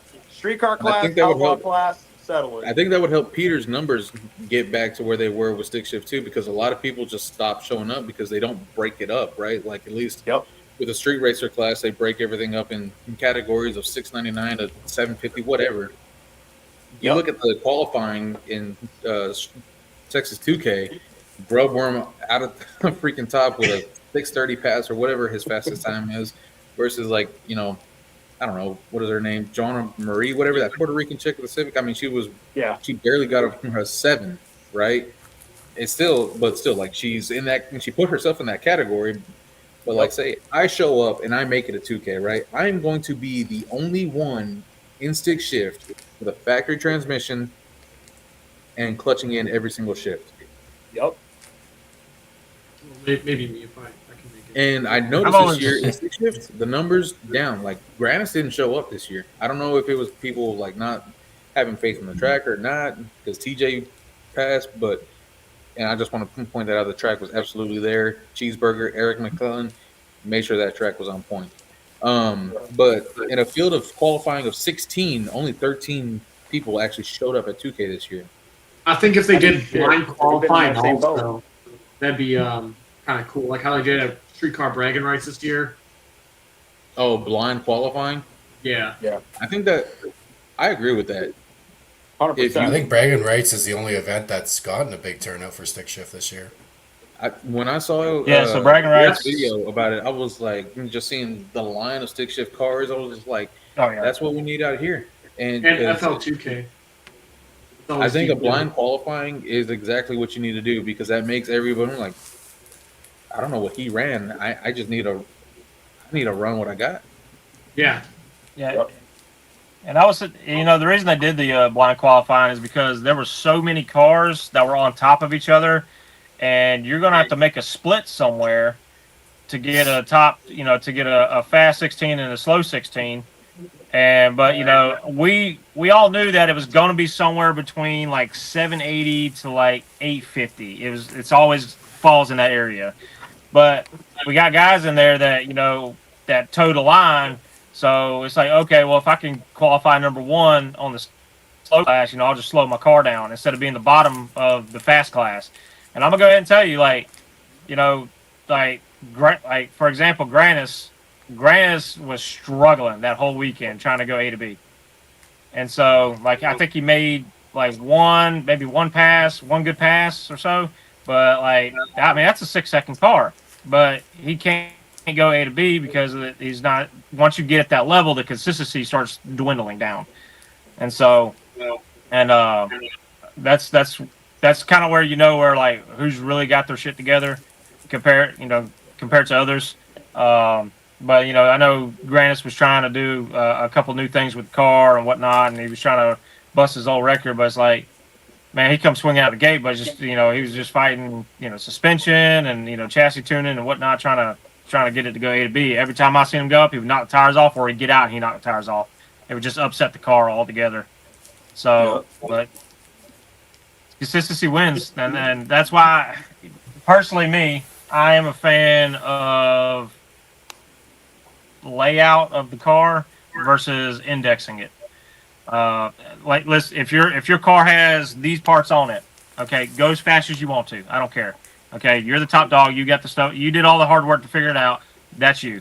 So, but now we're starting to toe the line, and so now we're kind of mixing. So, like, we're at a point now in stick shift racing where we got diaphragm guys and slipper clutch guys in the same 8-second bracket right now. And so, Well, like a turning, but right? so if you want to divide them by parts, okay. All right, well, okay, we got diaphragm guys that go faster than some of these slipper clutch guys, and then vice versa, but their times overlap. So, but I'm just a fan of that, and I'm just a fan of the layout of the car. Also, I like chip draw better. Just me personally. Yes. It leaves it further up the chance, and the smaller guy has a better chance because big guys can, get unlucky and knock each other out. And so small guys can climb the ladder better or go more rounds. Yeah, that Chip was draw my kind of really like brings you hang back up to with that 2K. shit, I too. noticed that they do like faster versus one of the slower guys in qualifying, and that should make it like the two fastest cars on the property within that class in the finals should, in theory, right? But you get a lot of hangups in the pits. Like, say there's a bump, right, and somebody gets bumped into the class. I was there with somebody that got bumped into like the elite class, and he's like, his crew chief was like throwing a fit. He was like, I don't care if we got bumped into the class. Like, you got Brett Lasala and the Lunds in this class, and he's an 8-second car. What business does an 8-second car have to be within these 6-second cars? And they called him, and he was like, no, you're not going. Like, you're not going to make a pass just to get embarrassed. Whereas if you're just doing chip draws, hey, maybe Lady Luck's on your side, maybe not. Yeah. Right. Absolutely. And going back to what Garrett said, layout versus ET, like I kind of would be salty, and I've been in that boat. I'm salty when, like, okay, I got to race somebody that essentially has, like you said, a TH400 stick shift car. It's like, well, they fucking took the easy route and whooped my ass. They paid their whoa. Easy Thank guy. you. They paid their way to whoop my ass as compared to I race a car with a diaphragm stock style clutch and say they fucking gapped me by 3 bus lengths. It's like, man, I could respect that guy because you got it done with the same shit that I got, and you Right, fucked yeah. me up with what I got Yeah. head up. All Yeah. respect. As compared Absolutely. to a guy that I got to race that spent their 401k on their car and they just blow me out the water. It's like, I mean, you know what? It's kind of shitty. That's what it was with me in FL2K 2023. This is when I just started making clutch devices, and like they were ugly. They were very shitty. They weren't nowhere near as fancy as they were now. And so, but I go out there with my combo, and the whole thing is like, yeah, we all kind of sit the same, but these guys got lighter chassis and more motor than me, and they, some of like, for example, some of the cars I had to go against, they were all 8-second cars, but I could get out on them because, at the time I was testing out, a bunch of different clutch devices and whatnot, and I took one to FL2K, but I'd get out there on the 60-foot and they would panic and couldn't reel it back. It's like, cool. I was like, we got 2 cars, similar layouts. Yeah, they got a little bit more motor than me, but we're similar layouts. But my car that was just like heavier and had less power than them. It was just more consistent, and that's what made me go rounds the whole time. So it's not even all much about like how much money you can throw at it, as far as like how well can you get your car to be consistent. So, because anybody can just go out there and throw a bunch of power at it, but then once you start, chassis tuning it and whatnot, and I got to thank Zach Yasko for a lot of that because, I've mirrored my car after his. But it was kind of funny because when we got to the pits, guys were saying, it's like, man, this is a Eaton car on some spray. It's like, well, man, like, how do you launch the car? Like, it gets out. And then I show them it's like a Ace Hardware screen door shock, and they're like, no way. There's no way. Bro, I remember when y'all first made that thing, like your little drop bracket that, like, as soon as you like let it. Oh, that thing was ugly. Man, but I was like hitting That on thing's Zach. so Like, bro, ugly. I need this. Like, I need this setup in my car. Like, I know the slip down the track is killing me. And you bring up your devices. I need to here soon, maybe over the winter or something. I need to send my unit back to you to get the revised version because I know we're making it work with the. So I actually just placed I placed a CNC order a few days ago. So I'm waiting on that to be made. So that's kind of what I'm waiting on right now. I got a lot of iron. Have far more adjustability than the one that I'm using. Yeah. So and I did not tell them to do that. That's just how they came. And I was like, oh, cool, win-win. And so, but it's a lot more fine-tuned, which I think you could probably do with yours. I didn't realize this, but like you can actually take the shock body and twist it, and without having to detach it from the pedal. I didn't know that. I tried. I couldn't do it. After I saw who was it? Jay. Schrader? Or it might have been Tony. Oh, yeah, Schrader, yeah. Yeah, when I saw him post that on his story, I was like, I'm going to look at that just in case. And I win, and I'm like, dang. Yeah, it's like, dang, I've been taking this thing off forever. So, but yeah, I got some new stuff on the way, whatever. But yeah, just rock the one you got. I'll send one out. Yeah, I've been falling behind on a lot of things. Like I said, I got a lot of irons in the fire trying to do this and balance personal life and whatnot. Bro, and it's just the Coyote guys. Yeah, dude, I'm telling you. Especially the S550 guys. I'm like, when's your guy gonna make them? I'm like, guys, this isn't what he does. Like, he's got a 9 to 5. Like he's trying to balance it all. Oh. I'm sorry. Garrett, I'm sorry. Please forgive me. On a side note, Garrett, That's I've okay. been seeing everything you're doing, man. On a bro to bro thing, I'm proud of you, man. You've been kicking ass from what I'm seeing. I've been following your socials, and man, you're kicking ass, dude. I'm proud of you, bro. Absolutely. Thanks, man. It's always good to choose yourself, man. Yeah. Keep up the good work, bro. Yeah, so I got to a point where I just kind of had to step away for a little while. I was sitting there talking to my buddy Heath, and I was like, man, when you try to balance work and then this and that, everybody, I made an announcement. I was like, hey, listen, I'm going to take a break from social media for a while. I said, if you need me, call, text. I said, I'll still answer. I said, I just need to focus on some things right now. And then people went into a panic. It's like, dude, like, man, I need a tamer. I need a tamer, like, now. It's like, are you not making them anymore? It's like, dude, I'm doing. Chill out. I'm waiting on some things. I got some things coming. I said, I gotta recess for a little bit and try to focus on myself. I said, I've been stressing myself out. Like you can ask Heath. Like as soon as I get off work, I might go work 12 hours at work. Okay, and then I'll go straight to the shop and I'll just be working on brackets until about 1 a.m. I'll go home. And then I'll go to sleep, and then I'll wake up at 5 to go to work the next day, and I do that for like 4 days in a row, and then I'll just cash out on sleep in the 5th day. But it wears you down a lot. Oh yeah. Yeah. Take a breather. So, and it's been 15 years since I've been in the gym, and I just started that back, so I'm trying to squeeze all this in. So. Fuck yeah, dude. Yeah. So I get on the row machine, and I get on the row machine, and I do this to try to nail 3rd and 4th. So it helps me out. Break your shifter, bro. Yeah. So I've done that. I've done 2 of them that way. I broke an MGW. I didn't think you could break one. So I straight up sheared it off. Good Lord, man. So. Hey, Yeah. Chris, you remember my 2-piece Barton? Yeah. You ever seen that one? Yeah. Being that we're on shifters talking about it, I got to show you this one. Ah, fuck. Hang on. Hey, is it Oh true you can God, bench it's more than dude. Phil I've Fez? had this. Definitely not. He's shorter, so he ain't got much to go. So, all right. So on top of my kitchen cabinet, I have parts, and I have this part right here. Hang on. Y'all still see me?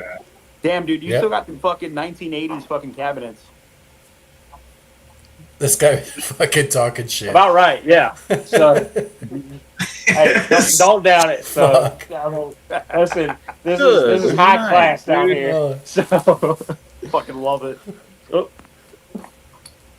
right. Is that a So Cedar Triax? this is a B&M shifter that came in my regular T56 when I bought my car. It's a B&M shifter. Okay. I was raced after work. I went to go race a coworker who had a turbo Honda. All right. And so I went to go row. I rode third gear. No, I'm sorry. I rode fourth gear, and I sheared it off, like, completely. Okay? Later that night, I was supposed to race a Turbo Integra, okay, on like 22 pounds or whatever. Now, I was like a top pulley eating car at the time, so I wasn't anything hot or special. So I went home and got a 3/4 inch socket out of my dad's tool set, okay? I went and got a Harbor Freight extension and put a bolt on it. I had somebody I knew with a welder to weld it all together, and it slipped No off. shit. That's what I had to run. I had 2 hours to make that. Yeah. So at the time, it wasn't welded together, but I literally had a socket and an extension, and I went and raced an Integra with it. Fuck yeah. So I won the race. I nosed them out because it geared out. But I keep this shifter as a reminder, like, you know, what I do to take the win. So You That's and a that yellow solid stick Cobra shift guy story. are definitely related.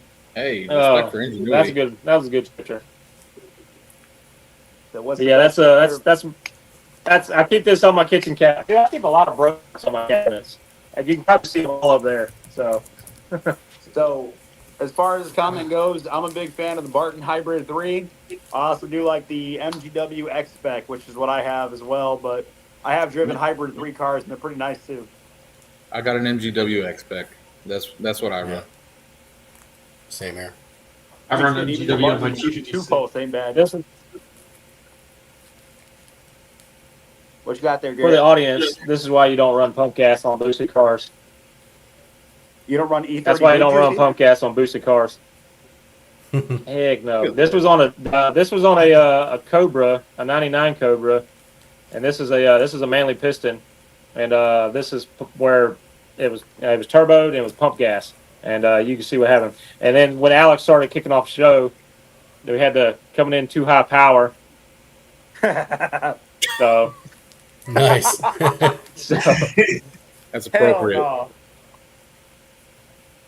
yeah, That's fucked up. that's Ben from Pro Trade yeah. Videos up in the house. But yeah, so What up, Pro Tree? hey, Ben just dropped a banger from KD too. I don't know if you guys watched it yet. I still got to watch that. Huh. I've been fucking... Well, Chris, you know what's going on with me, so this week's been fucked. Yeah, that's a Yeah. shitty situation. I still we got going I still on got to there. catch up on stuff. Yeah, we got to get... I don't know, man, I missed it. But are y'all going to the Wisconsin race? Garrett, I will be there specifically for you. Again, Chris knows what's going on with me, so I don't think leaving the country right now is going to be on the plate for me. But I will be there for you, brother.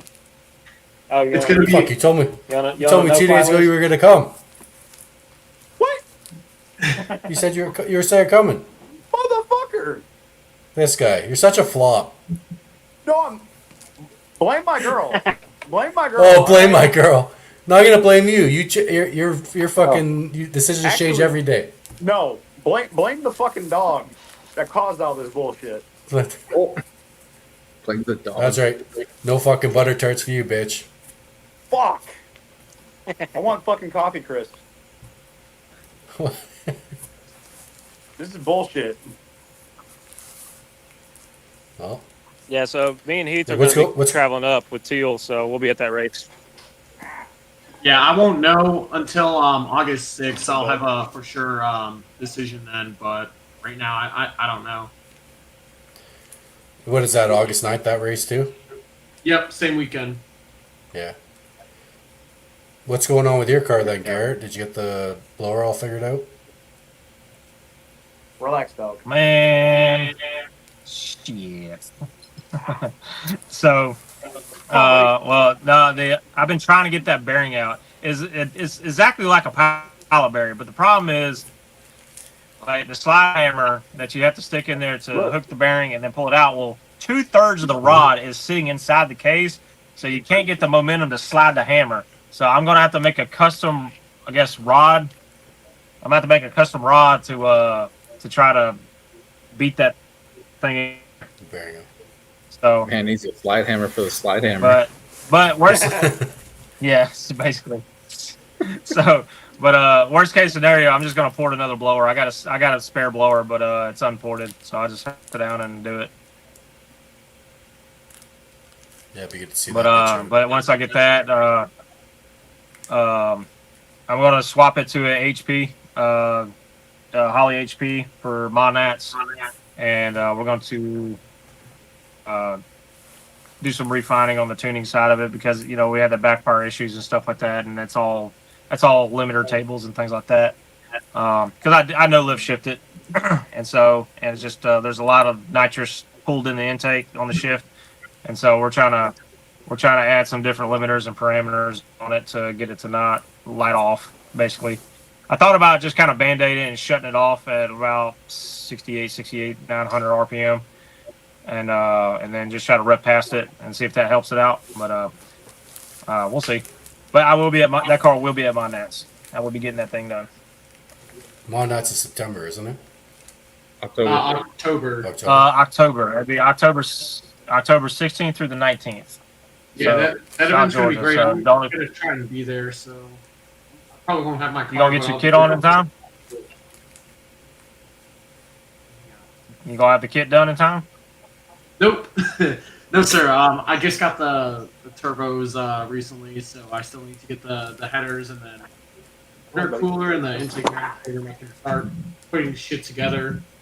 Yeah, it's coming. I don't know. I'm actually about to change a transmission setup on the car. I got someone that's willing to trade their Kick Performance T56 for my Ben Kelmer Synchro T56. Is that the one? Is that the one in the Patreon chat? Yeah. Nice. Yeah, I've been talking to Quentin about it. I just hit him up today, and I'm gonna put some cash on my end, and then we're gonna meet somewhere in the middle. But I think it's what I need to do because I'm not gonna be able to race the car as much as I used to. So I won't be driving around the street that much. I'd rather be good at a couple of events than just be like, slow and first time duck. Trying to get out of that. Yeah, that's my job, fucker. Well, the two events I went to in my car, I was a first round duck. Like, I qualified pretty well, and then got put on the trailer by the same guy in both events. Kyle Miller, his car, fast as fuck. Yeah, Chris, Every time I've been put on the trailer, it's always by a yellow car. Yeah, it's just the same guy for me. The Every same time. guy puts me out every time. When you get Warren Woods, Chris. If I go against a yellow car, then I know I'm going on the trailer. Maybe I'll tell you I'm going, Jay, and then I'll say I'm not next month, and then I'll say I'm going, and then when it gets closer, I'll say I'm not going. Hey, respect. You know what? Love you too, buddy. Love you too. I'd love to make a pass at War in the Woods, but I don't know. It's getting tough, honestly. Like I had a good time at Caches at the Hill, but the car counts. It's kind of shitty. You know what I mean? Well, I mean, worst Like case, it's you and us. Maybe me. Maybe. Ooh, wow! I get my fucking card, my 9-second car done. Yay! And I don't three know. of us. The more time goes on here, the more interest I have in doing drag and drive. To be honest. Oh, so gay. Well, at least you get to enjoy the car more, right? You go down That's if there's 4 cars. Look at Dig or Die this past weekend. There was 4 cars, right? That's true. First stick cars. Being crew chiefing for John in the last few races being only 1 or 2 cars, it's been painful. When you're taking that 3-hour ride and your ass is numb and you've only eaten gas station food or Arby's at midnight for 1 fucking car, it kind of sucks. Yeah. Just to race what, It a is- 2-valve? Yeah. Oh, come It is on, fun John. helping out, though. I was helping out with Trevor after I was out there at KD, and that's almost just as much fun as racing, to be honest. I don't know, dude. When you really get into the race car shit, like yesterday at the track rental, with helping out with that grudge car, and that's like high level, like radial grudge car. When you get to that level, the help is like, man, this shit ain't fun. This is work. This is straight work. So I don't know. I haven't really experienced too much of like the high level small tire shit, but I'd imagine it'd be in the same boat. But I'm not too sure. All I know is changing fucking plugs when the engine just came back from a pass and you got fucking zoomies out the side and you got to pull plug wires off and pull plugs out when it's fucking burning hot. That shit ain't fun. Heat sleeves, man. Heat sleeves. fuck, they ain't got no heat sleeves. They're just like, hey, you know what? Grab your bare hands and hope you don't touch the headers. Put some Bitchmans on. No, do not put gloves on. No What was latex gloves. We're gonna melt the latex glove to your skin. Yeah, I said you can put some Bitchmans on if you're that concerned, you know? Oh, Garrett, bye. Yeah. So what class are you gonna run at Mod Nats then, Eric? I got to wear my Crocs, sorry. If you make it out there. If I make it, I would run in the stick shift class. I keep saying, is there something contradicting? I saw 850, but then I saw 750. Is there two separate stick shift classes, or is it just one? It's going to Let me be see one if I can class, and I find it. think they're going to... The way they do it is based on qualifying and then split the class, possibly. Okay. So that's how they do it at FL2K. I'm sure that's how they'll do it at Modnats. But usually at Modnats and stuff, we only have one class, and it was an 850 breakout. Yes, I thought it was a 750. I saw 750 on the website, and I don't know if they changed it to be 750 to be the new breakout. See what we got. Let me see. Stick shift. Oh, you're already on the Hey, list. XD. There's a 780 Chris, are we gonna try to make mod nats or what? I'd like to. I think you guys should. TK. Okay. I'd really like to. My next I race can't is tell you that 2 more August weeks. 9th. My next race is August 9th, and then after that, I didn't really have anything locked in stone. I really want to start focusing on drag and drive stuff, but I think Mod Nats would be definitely an event I'd like to hit up. Well, I'll tell you what, if you make mod nats, I'll be your pit bitch for the weekend. Ooh. Do you put out? I'll even wear Does I'll he? even wear a kilt. Does he? I think Justin needs to change that. In my opinion, the highly encouraged, make that a rule. Like it's a requirement. You need Yeah. a diaper or a cash pan. Like no ifs, ands, or buts. Yeah. I agree. But if they allow a 29-inch tall tire, you know, like maybe a 315, 50, 17 would be...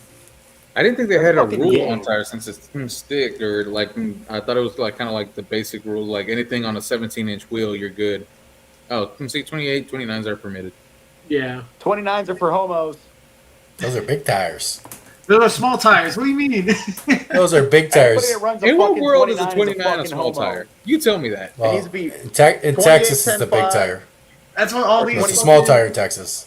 No, Some it is folks not. say- Some may try that, say that it's a small tire. Yeah, it's a big tire. Fuck that. 275, 60, 15, or 28, 10, 5. If not, get the fuck out. Yeah, I'm a 28-10-5 guy, so... You're a fucking That sounds like some 315 Honda guy. shit right there. I thought One about doing headlight like a being removed for 315, 60-15 on my car, which is like a 30 by 12 and a half or 13 and a half. But holy fuck, like, one, it doesn't That's like fit. saying that's really like saying you thought about kissing your sister. Uh, That shit just ain't right. no. it's not, but okay. I don't like this fucking reaction. The thought of, well, I guess it's not right. I don't like that, Phil. I don't It's like not that. right, but like, it happened. I mean, it's a chick. Hey, That's what keep I was that waiting southern for. Yeah, pride. they're Hey, the female girl. species. I've lived in the South for 3 years. Maybe it's just wearing off too much on me. I don't know. You got that Super Troopers mustache going on. I have a lot of things I'm thinking about you right now. Yeah. So I'll make they, it easy now.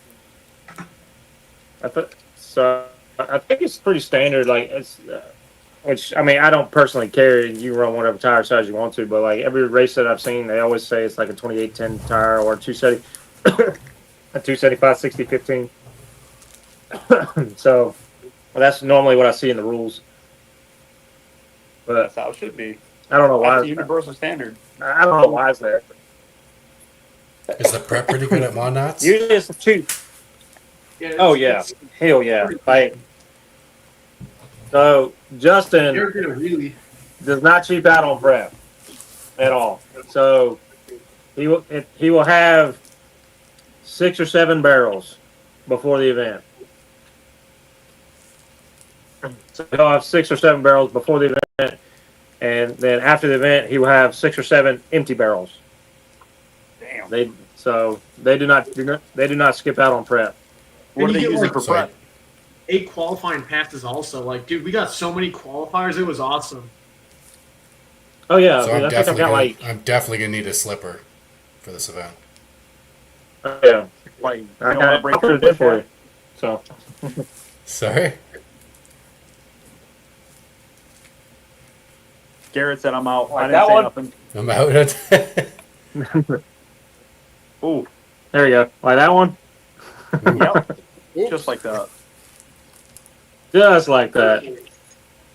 I don't even know how I did it. But here's the thing: it still ran. I did not know that this was broke until I pulled the transmission apart. I went racing what? on this one.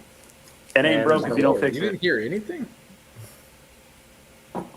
No, I didn't. No, I didn't hear a single thing. It ran like nothing ever happened, and I just then I found the teeth on the magnet.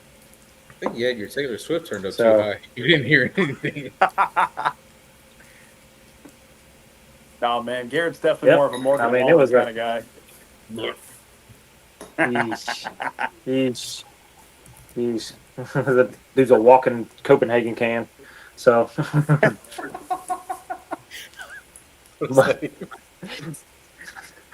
I don't know, man. He's so but, imitation. Zen pods. Are you sure it's more like Zen? He's a walking Zen can. Zen pack. Fucking Zen It's so pods. hard, but I think I'm ODing on Zen. So yeah, You know, there's you a ain't living movie. right. There's a yeah. There's You ain't there's living right if you the ain't movie putting is Zen called The pods in World's your Fastest pee-hole. Indian. And it yeah. Heck no.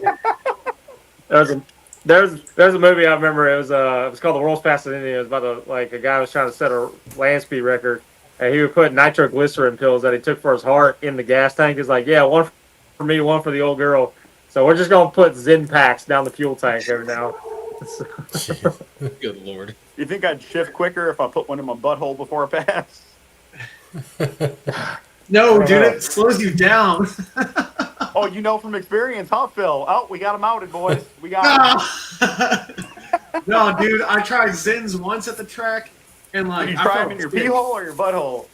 No, like actually like zinning and stuff, and like, dude, I did not enjoy it. It was terrible. Oh, And he went dark. That's fucked up. Y'all fucked up. What's wrong with y'all? Yeah, well, they did so they're gonna do a ladder at Modnats, and they're gonna divide it up into index brackets for the stick class. So I know of at least 15 Cobras right now that are scheduled to go. Just Do they all in stick like class. Creed That's and- it. Just 15. Just yes, Speaking they of do. Cobras, They do. They'll absolutely be Creed. This is your world, Garrett. What's up with Brian, man? Crane. Crane, like I missed that freaking car. So I actually just talked to him the other day. So he's got a lot of work that needs to be done on the car, but the season is short.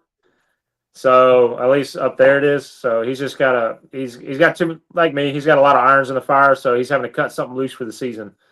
So he will be at Modnats, but it's he's coming without the car. Dang, man, I've missed seeing that car.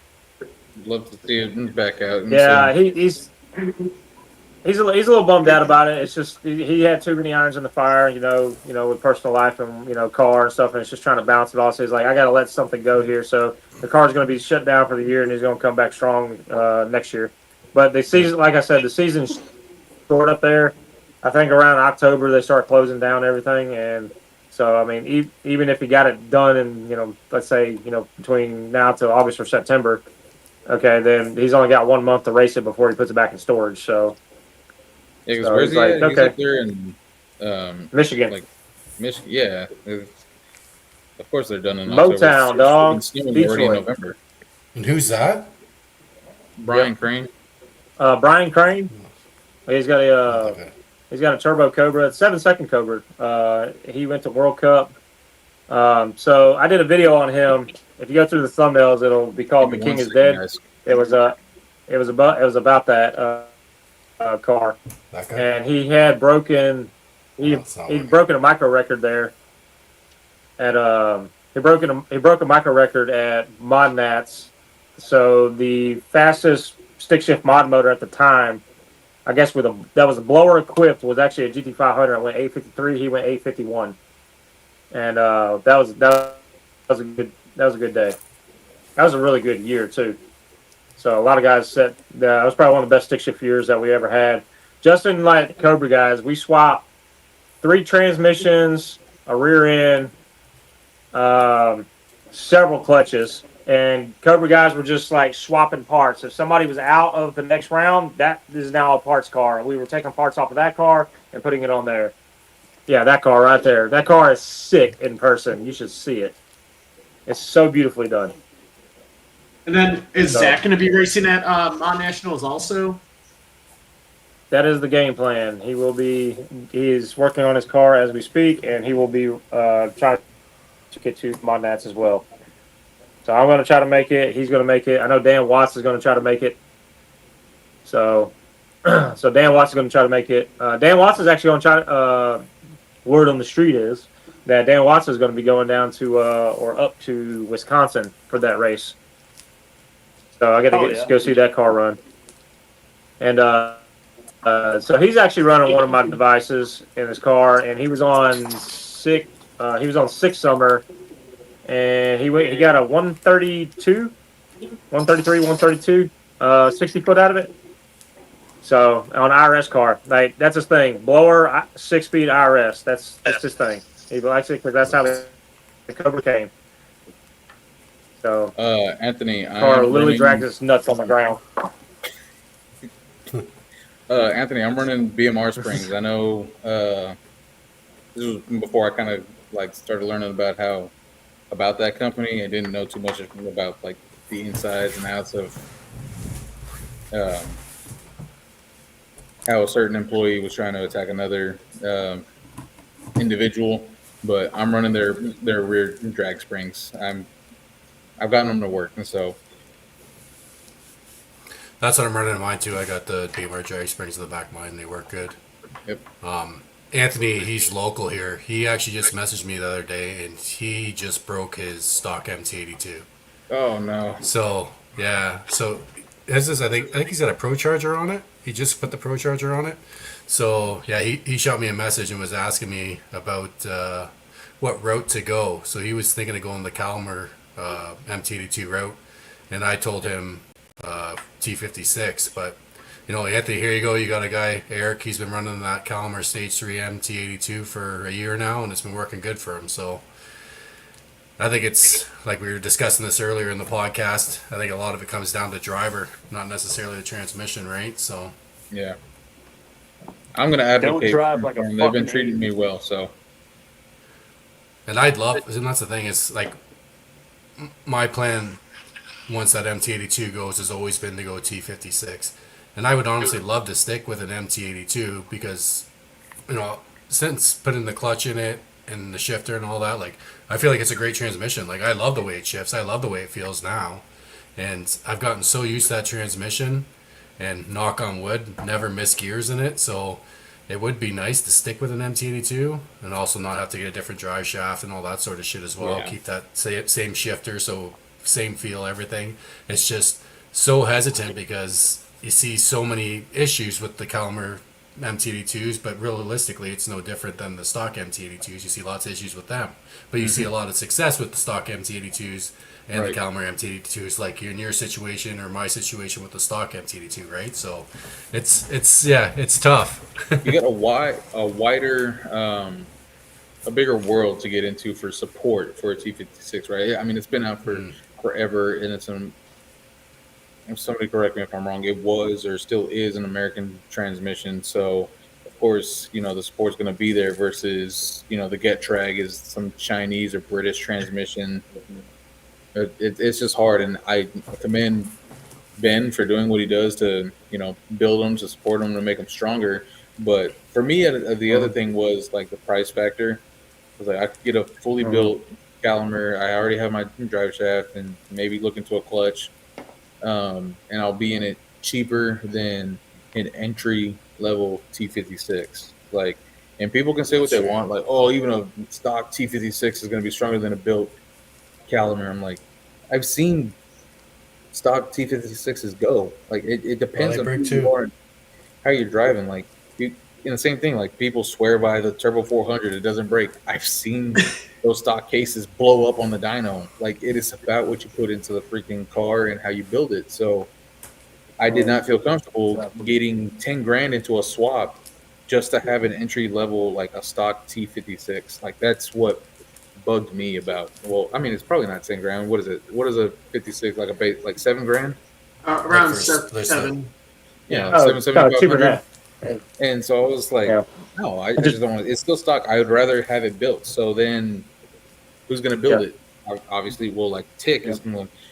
Calimer can do it too, right? But like the name of the game of the T56 world is Tick Performance. Am I going to blow 20 grand into a T56 build? No. That is the biggest thing I like to tell guys. Yeah. The biggest thing I tell guys is if you complain about your MT82, go drive a fucking T5, not a world class. Drive a normal T5 and drive a car with a 4L60.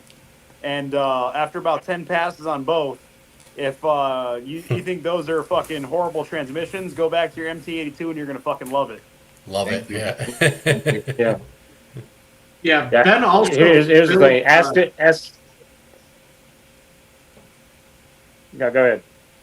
Yeah, Ben Calmer, he also does T56, TR6060, any manual transmission. Yeah. He does work on also. He built Marcus's base plated T56 with a G-Force gear set. Yeah. And that transmission has gone sevens. Yep. That's what Guido runs too. A T56 with the G-Force.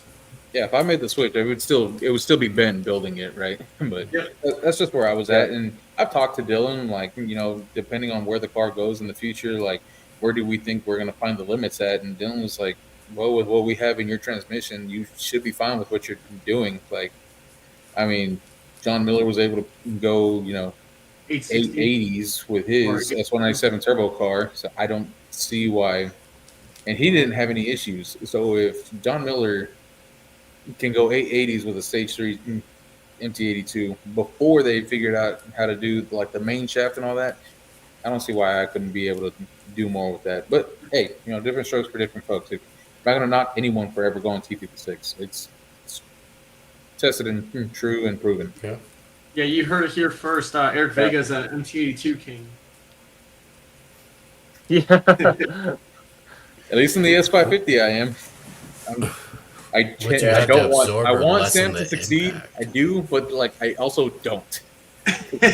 I would like to try to reclaim that record from John first, but it's the battle that I have of being an S550. Like Sam's doing great with his turbo car, and John set that record with a turbo car. So I'm fighting an uphill battle right there.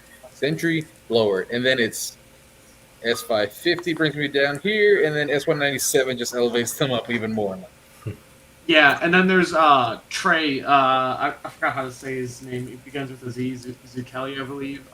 He had a MT82 Caliber Stage 4. I think he said it was. But that car probably would have been a contender to break that MT82 record also. But I think he switched over to a Magnum recently. Yeah, Jet Black was asking, what do you have to absorb or lessen the impact? And I assume...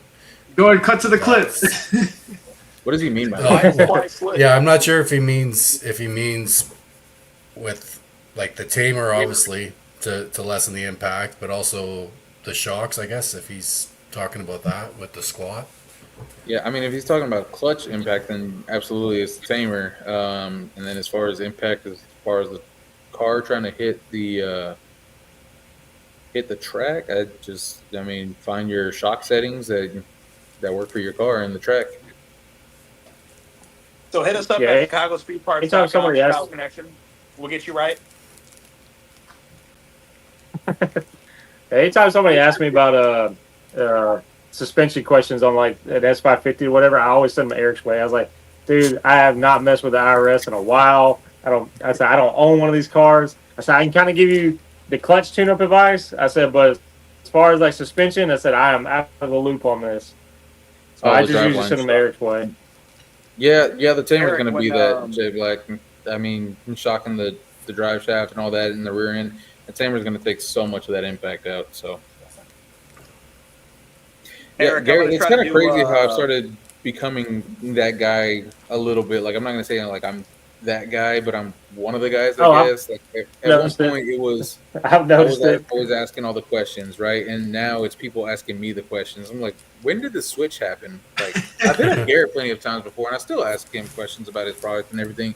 But I could probably promise you, David Van Vorst has probably wanted to kill me in the past with all the bucking that I've done to him, and probably Alex too.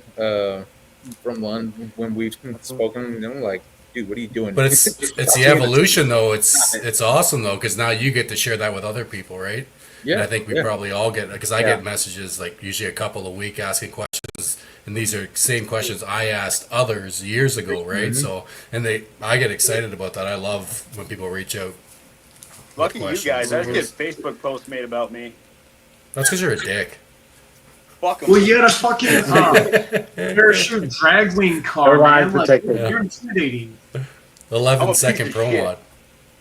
Be back one more time. Hold on.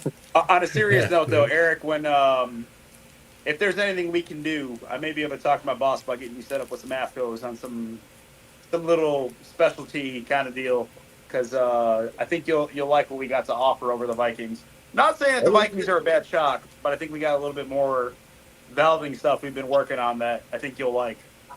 Okay, I'm always open to trying different things on the car to see what will work and what won't work. For sure, yeah, we got some stuff we're working on with the AFCOs, and we've been finding out a lot of data, and I think we can do something for you.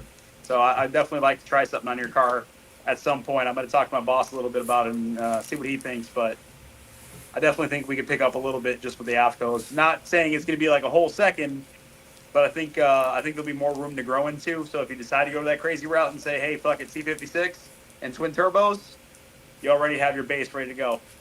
That sounds good. Right on. I got a wet kit over here that'll get you a whole second. That too, absolutely. Are you saying you want to get a man wet? See, Jay don't like it because Some outlet Here shit. we fucking go. Jay don't like me. Me and Jay are rivals in the nitrous field here because he's got his shit's white and mine shit's black. So, Are you calling me racist? yeah. I think you just called me racist. See, this is the thing. So, hey, With Garrett, if I somebody can't help were to shit myself talk are on bigger. him- Wait, what? I can't help I will that say- my solenoids are bigger. Give me 1 second, guys. I got to deliver a bottle real quick. Hold on. Yeah, no worries. I will say, if anybody gives Garrett shit in person, I got his back. But if he talks about nitrous stuff and he's talking about outlet, I don't have his back. Go in on him. No, I'll still stand behind Garrett. You better. I've been trying to talk to everybody into spraying their car. Let somebody say something wrong to you at the Wisconsin race. I want to be like, Captain Insano shows no fucking mercy. Let's go. Yeah. Tackling the fuel. So. Only I can make fun of him. Oh, Fuck but you. yeah,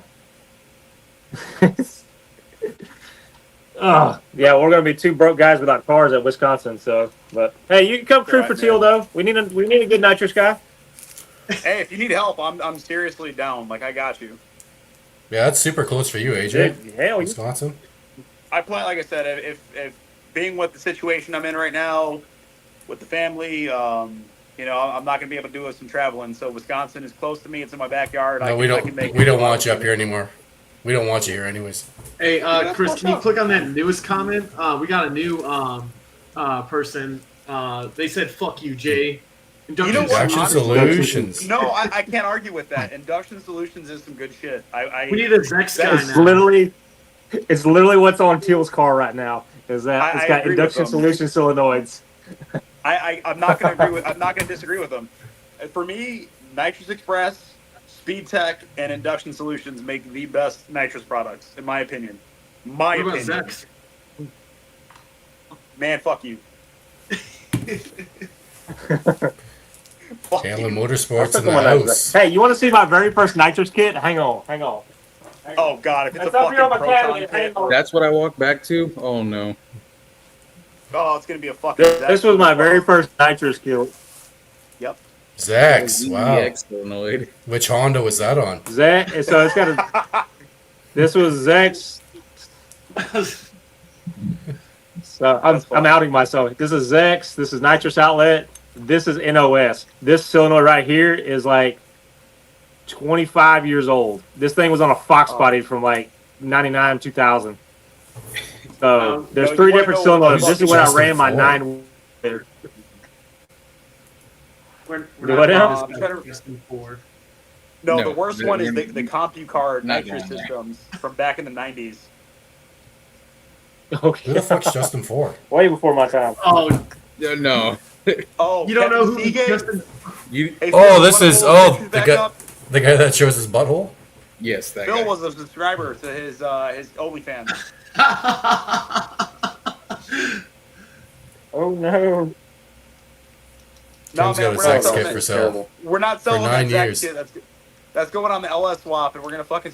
We're not- out that bitch. I thought you said I Zex. wouldn't Zax. fucking panic. It's been on marketplace for 9 years, bro. My girl It ain't still got, going like, anywhere. No, literally, her kit is the little fucking box one that didn't even have solenoids. It's literally a little box with 2 lines that come out of it. What the? Yeah, dude, it like sprays 125 at tops. I got more than that in my freaking water method. Yeah, what the heck? Dude, it's ridiculous. It's ridiculous. Like, I want to put that on there on the SN on the LS swap. Be like, okay, I'll unhook the bottle, sure. Meanwhile, there'll be a fucking MX direct port right underneath the intake. Like, fuck you. 400 horsepower, baby. You dropped your car off at Buddy's shop. So we've been again, actually Jay, talking didn't you? about Wait, what happened, Chris? Is your car back at that shop? You know what? Honestly, at this point, I don't know where my car's at. I don't care where my car's at. I don't care. Okay. Are you sad? Are you gonna post a TikTok? Well, apparently to some people, I'm really sad and it didn't age well. But no, it's full speed ahead on the SN, man. Like again, especially after what I told you, I really want to get the SN going. Unfortunately, it's not going to be a stick car, but I do want to move forward on that car and get that thing going. And for people that are Sorry, like, did well, you say here's not a stick frontside car? race. It's Hey, not a keep stick him. car. It's gonna be a Sorry, I think I cut you off earlier there, Garrett.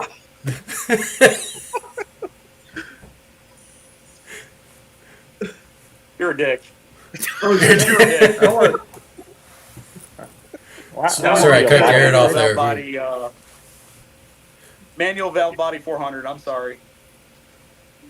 We're gonna try to race True Street because people don't show up at stick shift races up here. So Uh-oh. we're gonna try. We're gonna try our luck at True Laptop's gonna Street, die. Hold on. and we're gonna try some frontside stuff because people say we're scared of frontside.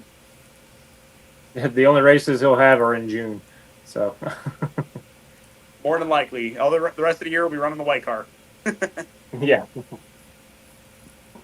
It's so bad. I don't even know where it came from. Yeah, just like the fucking turbos you lose in your garage.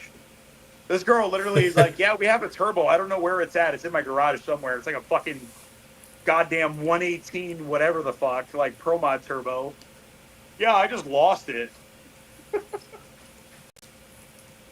I have a turbo that I've had for a while. It's off a C13 Cat that I got for free, and I kind of want to stick it on something. So I don't know My what. buddy But I Bo, was like, he's got a. Yeah, my buddy Bo's got a big Cat turbo at his shop too. I'll take a picture of it next time I'm out there. And the thing must be like 120 millimeter, yeah, maybe even 140. It's fucking Yeah, I was massive. like, the thing weighs fucking like girl goes, 300 pounds. You can barely lift it. yeah, It was it's 2 huge. turbos. Like, It's probably the same fucking turbo my buddy Bo's got. ooh, Sure, it's you know not that'd like be janky you gotta ass be, turbo. that'd be kind of a cool thing to like start. junkyard sponsors, like just all right, we got a used turbo off a dump truck. Here you go. All right, now you got to put it on your your Fox body, your LS swap turd. Hey, So we can start if doing anybody that. wants to do Start that, running a channel. if anybody wants to do that, Hey, I have we can do it. a LS swap turd. We're You know, trying to I go bet- eight for eight I grand. bet you could do. It'd probably take a while, but I bet you could do a series of trying to build a car of donated leftover parts, just laying in people's shops and garages, and then go make hits on it and see what it runs. I bet you could do That's it. essentially I mean, what I got we're a doing. stack full of stuff over here That's- that work for that's it. multiple applications. If you want That's to send all me Jay's something, let me builds. know. No, that's legitimate what we're doing Jay- with the SN. Jay's been doing that. So, no, okay. So, not to get depressing. So, my girl's brother used to have an LS swap nitrous notchback. Unfortunately, he passed. Some stuff happened. But one day we were just talking about it with her dad. And her dad's like, well, I got this and I got that out of that car and I got this. Dude, it was like damn near everything to finish the car. He's like, yeah, you could have it as long as it's for that car. So our eights for $8,000 is like, we're already halfway done and we're not even spent like $1,000. Like I probably spent more on the short block than I have on the fucking rest of the driveline. Mustang. Mustang. Mustang. No, it's Johnny Cash. It's Johnny Cash. Go listen to a boy named Sue. That's pretty much our car. Or is it what's that Cadillac song that Johnny Cash did? One piece at a time. Yep. Yep. About the throwing together Cadillac. Yeah. Yeah, our Cadillac just an Yeah. SN95. Yeah. That's fucked up. That's fucked up. That's actually really fitting. You're onto something there. Yeah. Well, yeah, dude. Like my first nine. Hold on, I gotta get the photo for it. Hang on. Oh fuck. Here goes the Polaroids. Is Jay frozen on your screen, boys? This hope is my not. first Yeah, 9 it second is definitely frozen. time slip. Oh, just gotta bump him up when he comes back. What was he doing? Well, So this is my first 9 second time slip. Anyways, there you go. So wheel off the ground, Jay, but Jay that doesn't even car have one of was those yet. thrown together. Yeah, Jay doesn't. have one Fuck of those. you. But I didn't have an intercooler. I took that off. I had some borrowed wheels. Okay. All those solenoids were borrowed, or I say borrowed. They were given to me out of a dusty cardboard box. The fuel system was a single 525 in the stock hat, and we had to like rig up basically a -10 to an 8, and then a -6 return on some stock fuel rails. Terrible. Like everything was thrown together out of like spare parts in the garage, and it ended up running a 9. So I like doing builds like that. Those are fun to me. Like Garrett, you're doing my more kind with of less. people because, dude, that was literally my first car, my '04 GTO. I mean, this was back when like Four Innovations, like this was 2014. Like Four Innovations I don't think it was even out yet, and it was like fucking Walbro, fucking 285 or whatever the fuck they offered. Aeromotive, fucking eBay fuel rails, LS6 intake, Lingen filter, fucking cold air, like basic ass bullshit. And that car went like a fucking. Okay, really quick, LS guys. I'm just saying, 200 shot, built LS6, 1090. NA Coyote with a Boss manifold, 1090. Just saying. But, I mean, that was my fucking upbringing right there, dude. Budget bullshit, fucking make it work and spray and pray it. Shit works. Oh, yeah, they it's I like going to the track and seeing people run do these junkyard builds. Not necessarily junkyard builds, but like budget builds, and then just watch them just absolutely lay down a stellar time. It's probably the best feeling in the world. I mean, that's kind of why I keep the eating on the cars, just because it's the underdog. It's a simple combo. And it kind of gives people hope to get back out to the track and whatnot. I know a couple guys right now that they copied my build, or copy my car to to try to get their time slip and get into the nines. And one of them has already been in the nines already. So, and the other guy's just trying to work on the suspension part of it. But I like that. I like when you can inspire people to do to try. Like you don't need to spend $20,000 on a motor. I mean, you could do it with basic stuff. Sure, you got $2,500 lying around. Okay, we can get you a solid power adder and some suspension for that. Yeah. So just go out there and do it. Yeah, I would What you say can scrounge that's up, kind of 'cause the whole I've- reason behind it. That would be my whole reason behind the LS swap is because like everybody knows the Coyote tax and like to race a Coyote car, it ain't cheap by any fucking means. Like you want to go fast, it's not cheap. It is Yeah. not the broke man's game. So my thing is though, I wanted Yeah. to build something because being from the no prep world, I want something that God forbid I tap a guard wall, God forbid I fucking shit can the car, I can grab another roller, put something in it, and get it running again the same weekend.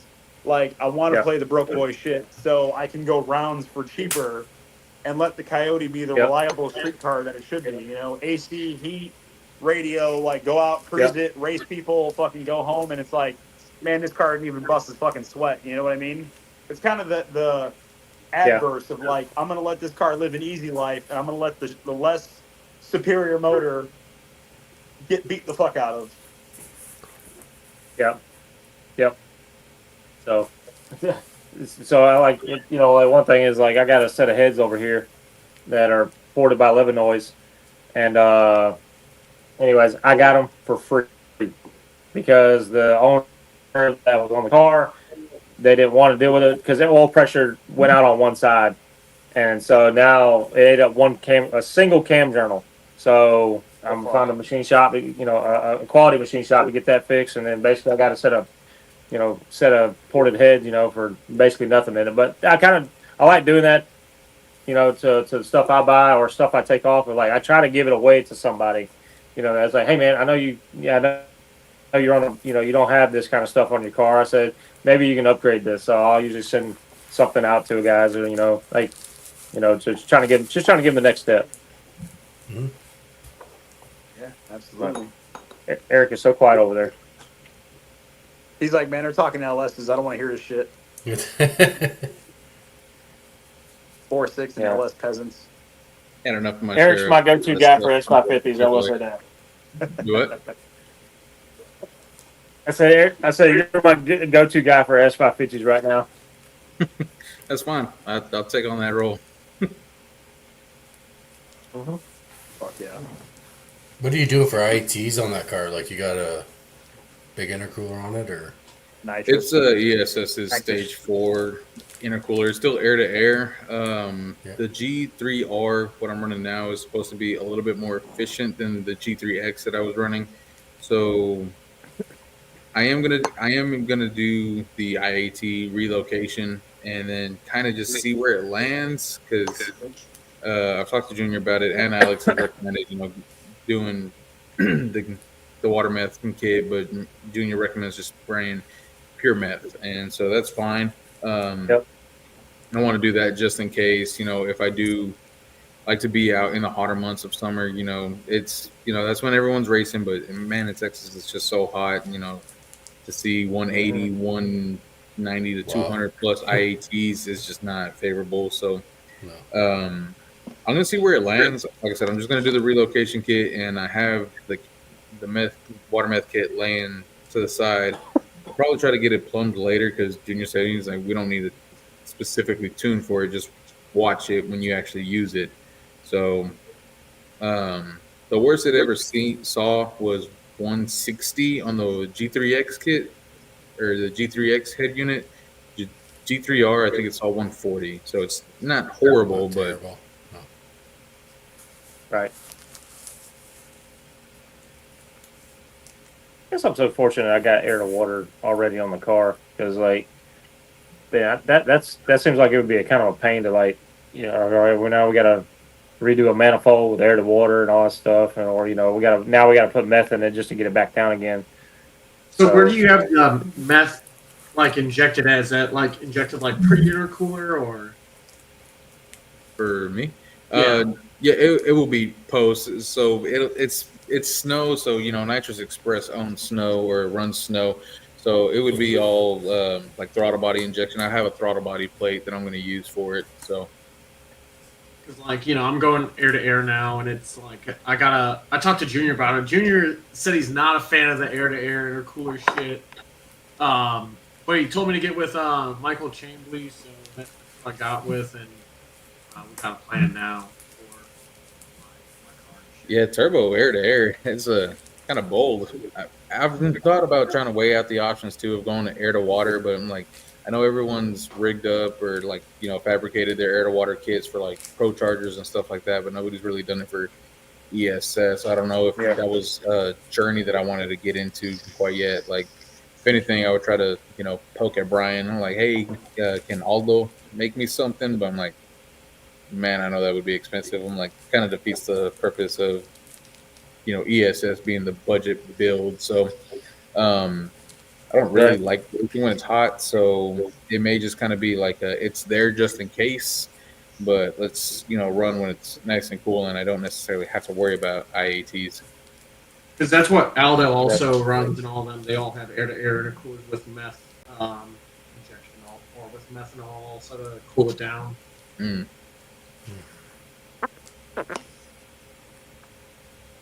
Yeah, it's going to be fun tapping and dying into a plastic manifold for the new IAT sensor. And like the concept of it to me is just like that shouldn't be a thing, but like everyone's doing it. Like a lot of people do it and it works out, but just like I said, just the premise of it. I'm like, where in the manifold does it go then? Like at the back, of course, and like in the center, or offset to one side, like. More towards the back. Alex and Junior have said they like seeing it more towards the back. That way, just in case you don't flood the sensor with meth or water. So it's going to go towards the back, more towards like cylinders 4 and 8. And I'm going to do it like if this is the top of the manifold, I'm going to do it this way rather than sticking the sensor this way. Yeah. That's just for aesthetics. I don't want to see a brass sensor just sticking out of my manifold like this. Like, what sensor are you putting in it? A GM IAT sensor. Just, AC Delco? Yeah, an AC Delco one. Okay. Man, my GM is really showing tonight, isn't it? Yeah. What? For the S550 though, like y'all can run the brass IAT sensor that VMP sells, and that's what one prefers, I think. Or Gen 1, it's like a plastic one. It's kind of weird. Yeah, it's a brass IAT sensor. I know VMP like has it, but I think it's just it's the same source shit it from GM. Like they probably source it from AC Delco and then just and sell it. I can't say one way or the other, but when I worked at Chevrolet, I'm like, this looks like a basic Chevrolet IAT. I do think the Gen Justin 2 Starkey both have it better. Justin Starkey, since you ghost watch, can you tell us which one you use? Thank you. just DM me. Just let me know. Just DM Chris. Oh my god. I think it's cool how the Gen 2, Gen 3 guys, they have the IAT built into the map, where Gen 1 you have to actually wire it into the PCM and stuff. It's kind of sketchy when you do all this shit. Because that's yeah. It's like pin 47 you got to pull out, and then, oh man, I did not enjoy doing that. What the fuck is pulling out? I mean, I don't enjoy pulling out either. None of us enjoyed that, I don't think. I don't know what it is. I got 2 sons, so. Oh, you couldn't pull out of a fucking driveway. That's awfully Mexican of you. It's awfully, no, if it was Mexican of him, he'd had 7. Oh god. 5 too short. Dude would have his own race team at that point. Yeah, Eric, you imagine a 4-year-old lining the car up and whatnot. He'd have his own race team then. My buddies are like that. My 2 homies, Daniel and Andres Escamilla, they fucking tell me that all the time. Like, you don't want to have kids, bro? I want to have like 5 or 7. I'm like, bro, I'm only half Mexican. Like, I'm good. I'm I'm good. Well, that's my kids now. They're half and half. So that's why it's only 2 right now. That's fair. Oh, So when are we going to see your car out, Phil? Like, when's the ETA? What are you thinking for yours? End of the year. End of the year? Yeah. Fuck yeah. And then hopefully I can get it dialed in enough and take it somewhere to run at $8.99 so I can buy a tech card for TX2K. Could have did it. That's We what could I have got. just sprayed it. Nope. The blower stuff has to go. I'm with Garrett. The Just blow sprayed it. stuff. You're dead to me. No balls. Exit. I just love the commitments of Nitrous from Garrett. I will never get tired of seeing it. Dude, I was never a Nitrous guy, and then until somebody forced me to put it on the car, and then I felt like Harry Potter, just like I love Nitrous. You know, it was great, you know. So, I would say the same. it was amazing. Shout out to Roscoe Motorsports, Chris Roscoe. He did the same to me, so Yeah. I feel. Well, I didn't have a choice. I got home, like I was just gonna go to Modnats with a top pulley unported car. I was gonna go run a 12 and have fun, and then there was Heath and Zach was like, "All right, we got a plan. You can't say no because it's already in motion." I was like, God. "All right, That's what's this the plan?" He said, He said, between us, we have enough spare parts to get you like a thrown together wet kit. I was like, he said, but you need to buy a relay. It was like a relay, one solenoid, and that was it. So I ended up doing that.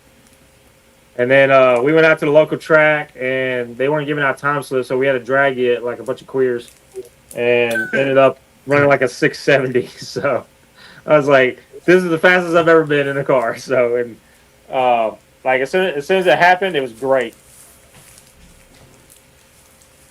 So Yeah, Corley was hitting me up with that at the hill. He's like, you got to spray that thing. It needs a little bit of nitrous. You know, I have Like, a not plate the one- I can send you, right? Not it's a stock Coyote, bro. I could send you a plate. It's all good. It's okay. Like I have a plate I could send you. We can do this right Yeah. now. I don't need another you know window. the stink.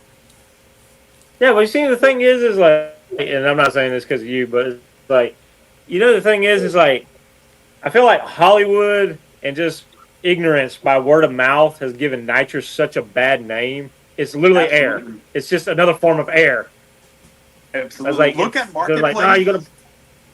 Look at Marketplace, and it tells you enough. People will sell supercharged and turbocharged cars with no questions asked, but they sell a nitrous car, and it's like, has this car ever been sprayed? It's like the guy with the turbo car's been bouncing off the limiter doing fucking first through second gear fucking burnouts, and the supercharged car's been doing the same fucking thing. Look at the snake bite videos. But that's not a problem. But God forbid I purge my shit through the motor. It's a fucking problem. It is. Yeah, but but then they go out there and they're like, okay, I'm going to spray. I'm going to spray 200. I'm going to spray 200 on pump gas, and then they get a piston that looks like that, and they're like, oh, I told you it'll blow up. He said nitrous is bad, it'll blow. It's like it's literally air. It said you have to adjust for certain things. It said you got to gap rings. They said you got to pay attention to ring gaps and fueling, your timing. All of this stuff starts coming in. Learn your So you got to jetting. do the same thing to turbos and blowers. Yep.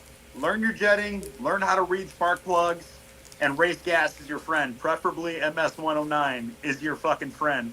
And a fuel pressure safety switch and a wide open TPS switch is your fucking best friend. Stop Yeah. being cheap, motherfuckers. A $400 Marketplace nitrous kit ain't going to get you shit. Yeah. I've never seen my supercharger stuff, or turbocharger I have Holly. backfires though. Blow up an engine. Turbo did be Listen, in. I know it's pretty sweet because I'll no lift mine on the street, and like I'll have two big fireballs come out the tailpipes. God, that is so sexy to me. Fuck yeah. It's probably bad for the engine, but man, it's so like when you get somebody when you get a dad bod in a RAV4, that's like, oh my God, did you see that? So He's like, Well, he I'll tell sells you the one RAV4. thing. He's like, honey, it's time for me to get a car. Gabe I'll tell you is one thing. absolutely right. Nitrous is only as good as a person tuning it. And that's Absolutely. why, Yep. Garrett, you're right. It's gotten such a bad name Yep. because everyone thinks they can just use it and it's fine. They saw Fast and the Furious one too many times and think they can just hit the button and they're good. But It's mechanically Yeah. inclined, and a button is not the way to fucking do it. That is stupid. That is some pooky shit. I want on my steering wheel though. That's fucking Yeah. dumb. I want to see Isn't that what- danger. isn't that what Leslie's doing? Button. Unfortunately, yes. I'm gonna work on that. I'm gonna work on that. He's a Coyote stock guy. Do you Jeez. blame him? He's I want new my to this. floor So my pan to fall nitrous- out. You're Why just not throwing just Leslie put it under the up bus for the tonight. He knows I love him. He knows I love him. That's family to me right there, man. Yeah. That's So the older brother I never had. Yeah, see, my nitrous is set up through the Holly. So, I got 2 stages on mine. And That's cool. so, on mine, I got spray bars in the lower intake. It's a lot safer now. It is sprayed dry, and a lot of guys like, man, why would you spray it dry? It's like, well, I got 2100 cc fuel injector, so I got plenty. So, but what we have is that the spray bars and intake, every cylinder is going to get the same amount of nitrous and the same amount of fuel. Because if I start spraying it through the intake or through the blower and stuff like that, you start running distribution problems. And then once you start getting up into higher numbers, you might have a hot cylinder and a fat cylinder, and then something's got to give. And so that's, stuff like that is what'll kind of, it's different when it's like carburetors or like a carburetor style hat anyways, because it's kind of direct. But like if I'm trying to go through a blower and it's got to go through an intercooler and all that stuff, distribution gets real skewed by the time it gets to the other end. And so I'll end up getting a hot cylinder and it pops. That's the only reason I may or may not be running 2 kits. Yeah. That's the only reason So- right there. Yeah, and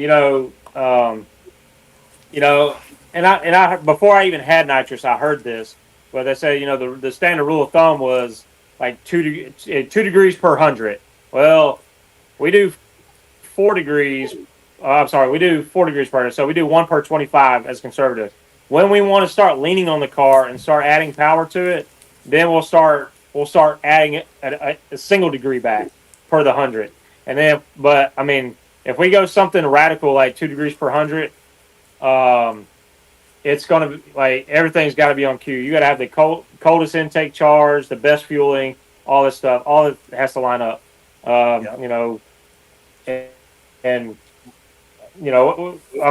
one part of the car that I've not cheaped out on it. Like it's a budget build, but I have not cheaped out anything in that aspect. And I let Zach tune it. I don't touch any of it. I change things at rev limiters and stuff, but I don't hit it all with the nitrous like coming out of the hole. It's going to hit the first kit, which is like 100, and then the second kit will come in and it's like 150. So I mean you're progressing it, but the 150 will, but it's feathered in. So I'm already up in RPM by the time the next kit comes on. So, just stuff like that to keep the motor alive. Yeah, I'm doing It 200 is a out stock the motor hole with and stock rings and stock everything. I'm doing 200 out the hole, and the second kit's on fuck around and find out for 500 if I'm on a progressive or not, and what size shot it is. Are you a ring scap, Garrett? Like Teal's got 5. Like, do I know? Are you a ring scap? Say again, Chris. Are you a No, ring scap? I have an. No. They are not. They are not at all. No. They are stock is from Ford made it. So Okay. now the motor's loose because it's got 140,000 miles on it, and 2 cylinders are it's funny. 2 cylinders a few years ago when I did the compression test on it. Everything else was like 150, 160, and then I had a 124 and a 139 cylinder. Oh, shit. I did a compression test at a track like 2 years later after I made a bunch of spray passes on it, and the 2 down cylinders that I had, the 124 went to 141 and the 139 went to 175. I remember you talking about that. Hell yeah. Yeah. Hell yeah. And then all the other cylinders that were like 150, 160, they were all like 180s now. And I was like, oh, that's great. Just swell all that stuff up in there. See, Gabe, I agree with what you're saying, but at the same time, the fueling also makes up for some of that too, because I followed that rule on the Coyote, and they said that you could spray 200 on a Coyote on a stock Gen 1 especially, and I was spraying 250 at it and just watching the plugs and running good, tested, verified VP X85 or C85 and just going off my timing marks, and I was completely fine with only pulling basically what was only necessary for the 150, but still throwing 200 to 250 at it. And again, it just comes back down to, I mean, as I like to put it, what mentality are you? Are you the old school mentality pre 2005, where you're actually mechanically inclined and can check your plugs and know what you're looking for, or are you 2005 and newer, where you buy a BMW, put E30 in it and a downpipe, and you're the fastest thing on planet Earth? So it does work for certain people. Yeah. Like Teal has like shit. I think Teal's got like 9 degrees in it by the time it gets to the end of the track. It's got 500 in it right now in 2 stages, and then but now I'm just saying like on a conservative tune-up, it's like 9 degrees by the time it gets in. But we got 500 worth of nitrous on it, but it's one stage and the Holly controls it, so we'll usually leave out on like 35% of the stage, and then we'll feather the rest of it in like 1.3 seconds, on a A to B tune-up. And so, yeah, math wise, you're looking at about like 180-ish horsepower, leaving out the hole. Now I'm gonna pick your brain. What's your theory on bottle pressure? What pressure do you usually run, and what do you feel are the effects of different bottle pressure? I usually like to run. Okay, so if I wanted to hit it harder, I'll run anywhere from 1050 to 1100 if I really want to fucking go for the numbers. So we've played around with this for a while, and we've kind of learned that. So, like the standard's like 950. Okay, that's like the rule of thumb standard. It's like 950. We ran 1,000. We ran 1,100 and whatnot. And then the problem we have when we start running higher bottle pressures is that we start getting a lot of backfeed in the intake, and it ends up popping through the intake. Yep. And so we've been running. We started running like 850, 900, just kind of hanging in there. I mean, we've run as low as like 8.25, and the time stays the same mostly. The things that normally start changing is the trap speed. So I also know a guy here, and I'll probably give away some like old school secrets here, but I know a big nitrous guy here, and they started playing with some the concept of cold nitrous, which I know that sounds dumb, but it's because naturally it's cold. But they'll have like 16 feet of line in a box that's chilled, and that condenses it more. So when it starts going through the line and comes out on the other end, the nitrous is more dense, therefore more, and I guess you'll be spraying more nitrous technically, or a bigger shot, on the same pills. So, yes. And they started playing with stuff like that, and what they started noticing is that they were picking up like half tenths, and so it's kind of a one of those old school tricks that they started playing around with, and I was like, okay, I said, well, I mean, so what's your thing on bottle pressure? And we asked them, and it was like, dude, we run low bottle pressure all the time. We're in the 800s when we run. And like these are guys that are spraying like 900 on like big block motors, like 700 cubic inch stuff. Yeah. So. Yeah. And they're running like 440s, Yeah, we were doing that. I mean, yesterday where our bottle pressure was around 930 to 950. I know like if I want to get after it a little bit, I'll usually go to that 1050, 1100 mark, lean it out just a little bit, and I'll pick up maybe a tenth or two. But nothing drastic, but just enough to like, hey, if I'm going against somebody a little faster, let's play some tricks and fucking try to pick up another tenth or two, and it usually pays off. Yeah. I remember Zach was tuning my car at FL2K, and I was going around, and I had a problem with the because when you heat up a bottle, it's going to lose pressure sitting in the lanes. Yep. And so I would start jacking the pressure up to like 1100. And so I would start at 950. I might go like 975,000, 1050, and I kept doing it each round. And Zach was just sitting there like, "Are you changing anything on the car?" He's like, "Man, it keeps adding fuel." I was like, "I don't know." He's like, "What's your bottle pressure?" I was like, "I think it's like 1100 right now." He's like, "Okay," because I've been trying to chase the fuel, and I can't figure out why it keeps adding it. And it was me trying to keep adding pressure to the bottle. That's So, funny as fuck. What cylinder heads are on teal? what's the what? Gabe's asking which cylinder heads and intake runner size on real teal. Oh, I see. Cylinder head. So, all right. So, full disclosure, it is a stock block. It's got scat rotating assembly. It's got AFR 220 Renegade heads. The cam in it, I don't remember exactly the specs, but it's like a 760. I think it's 762 lift. It's like 280 something. I think on duration. I could be wrong on that. It's got a what was it? Gillen intake. I can't remember the name of it. But anyways, but it's ported.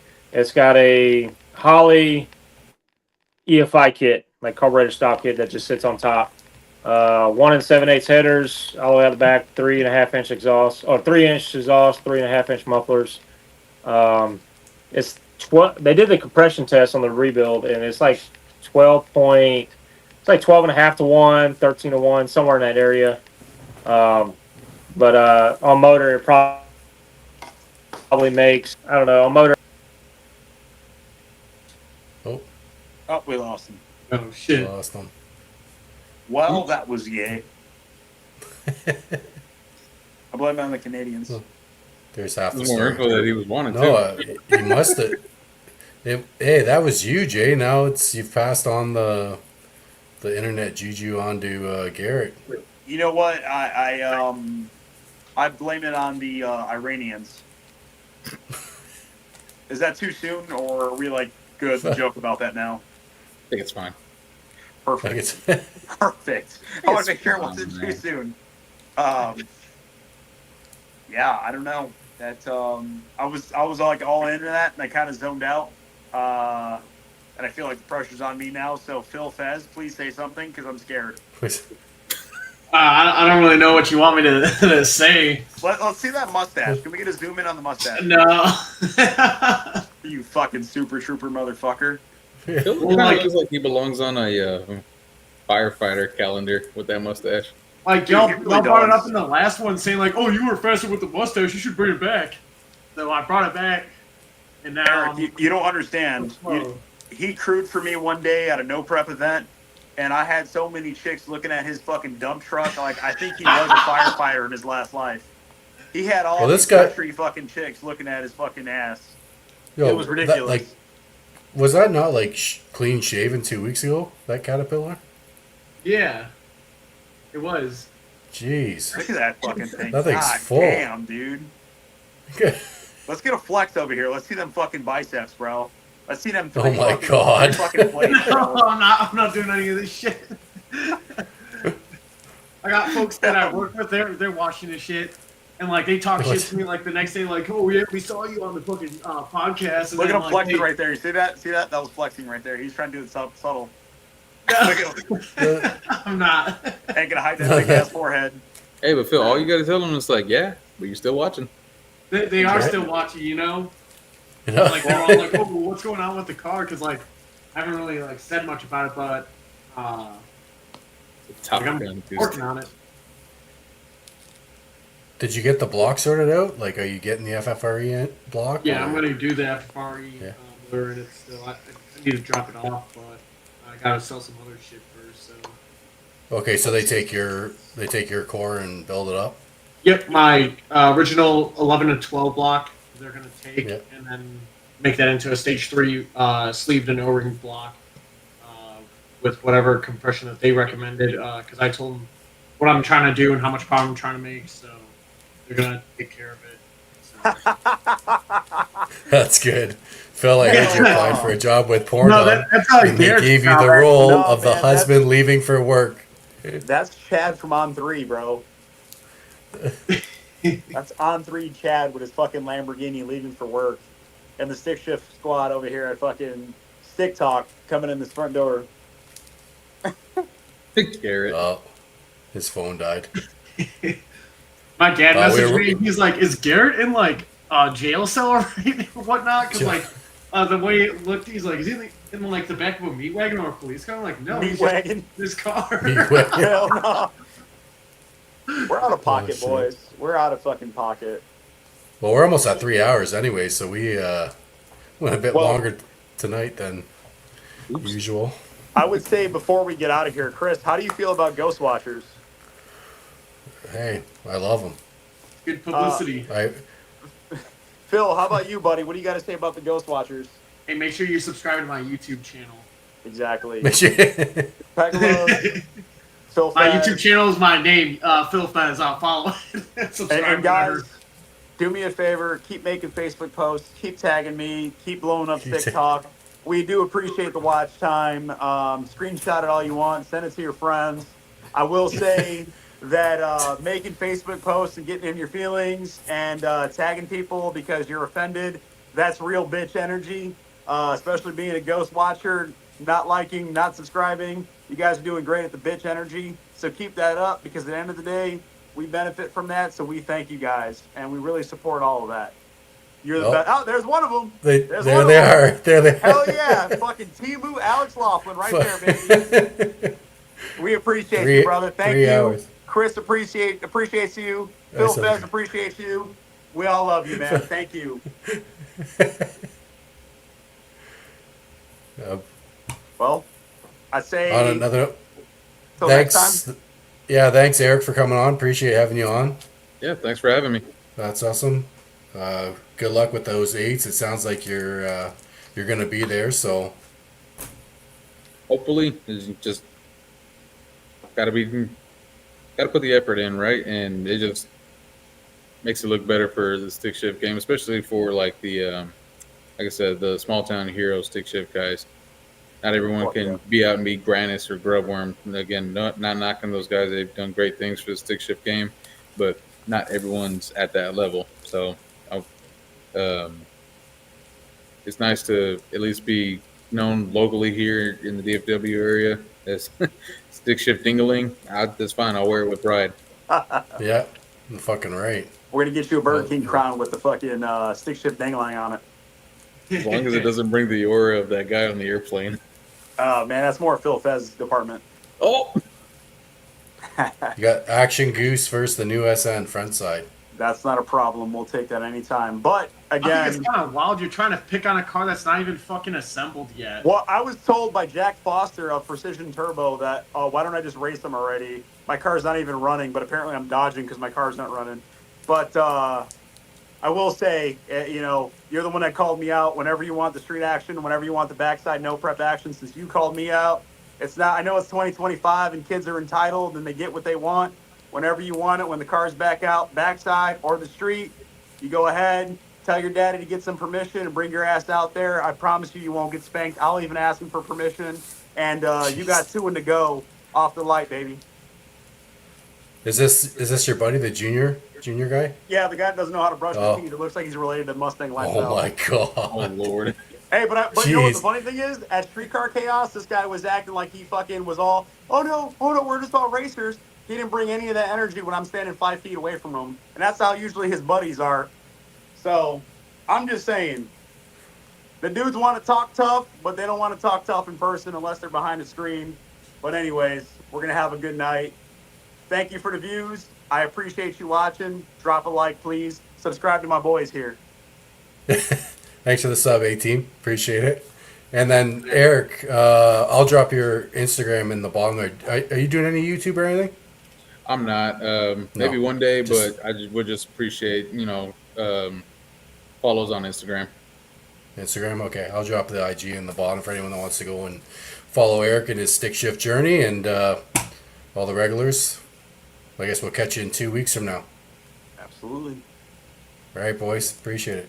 All right. Y'all have a good one. Thanks for having me again. Yeah, Appreciate yourself. it. Yeah. Thanks, Eric.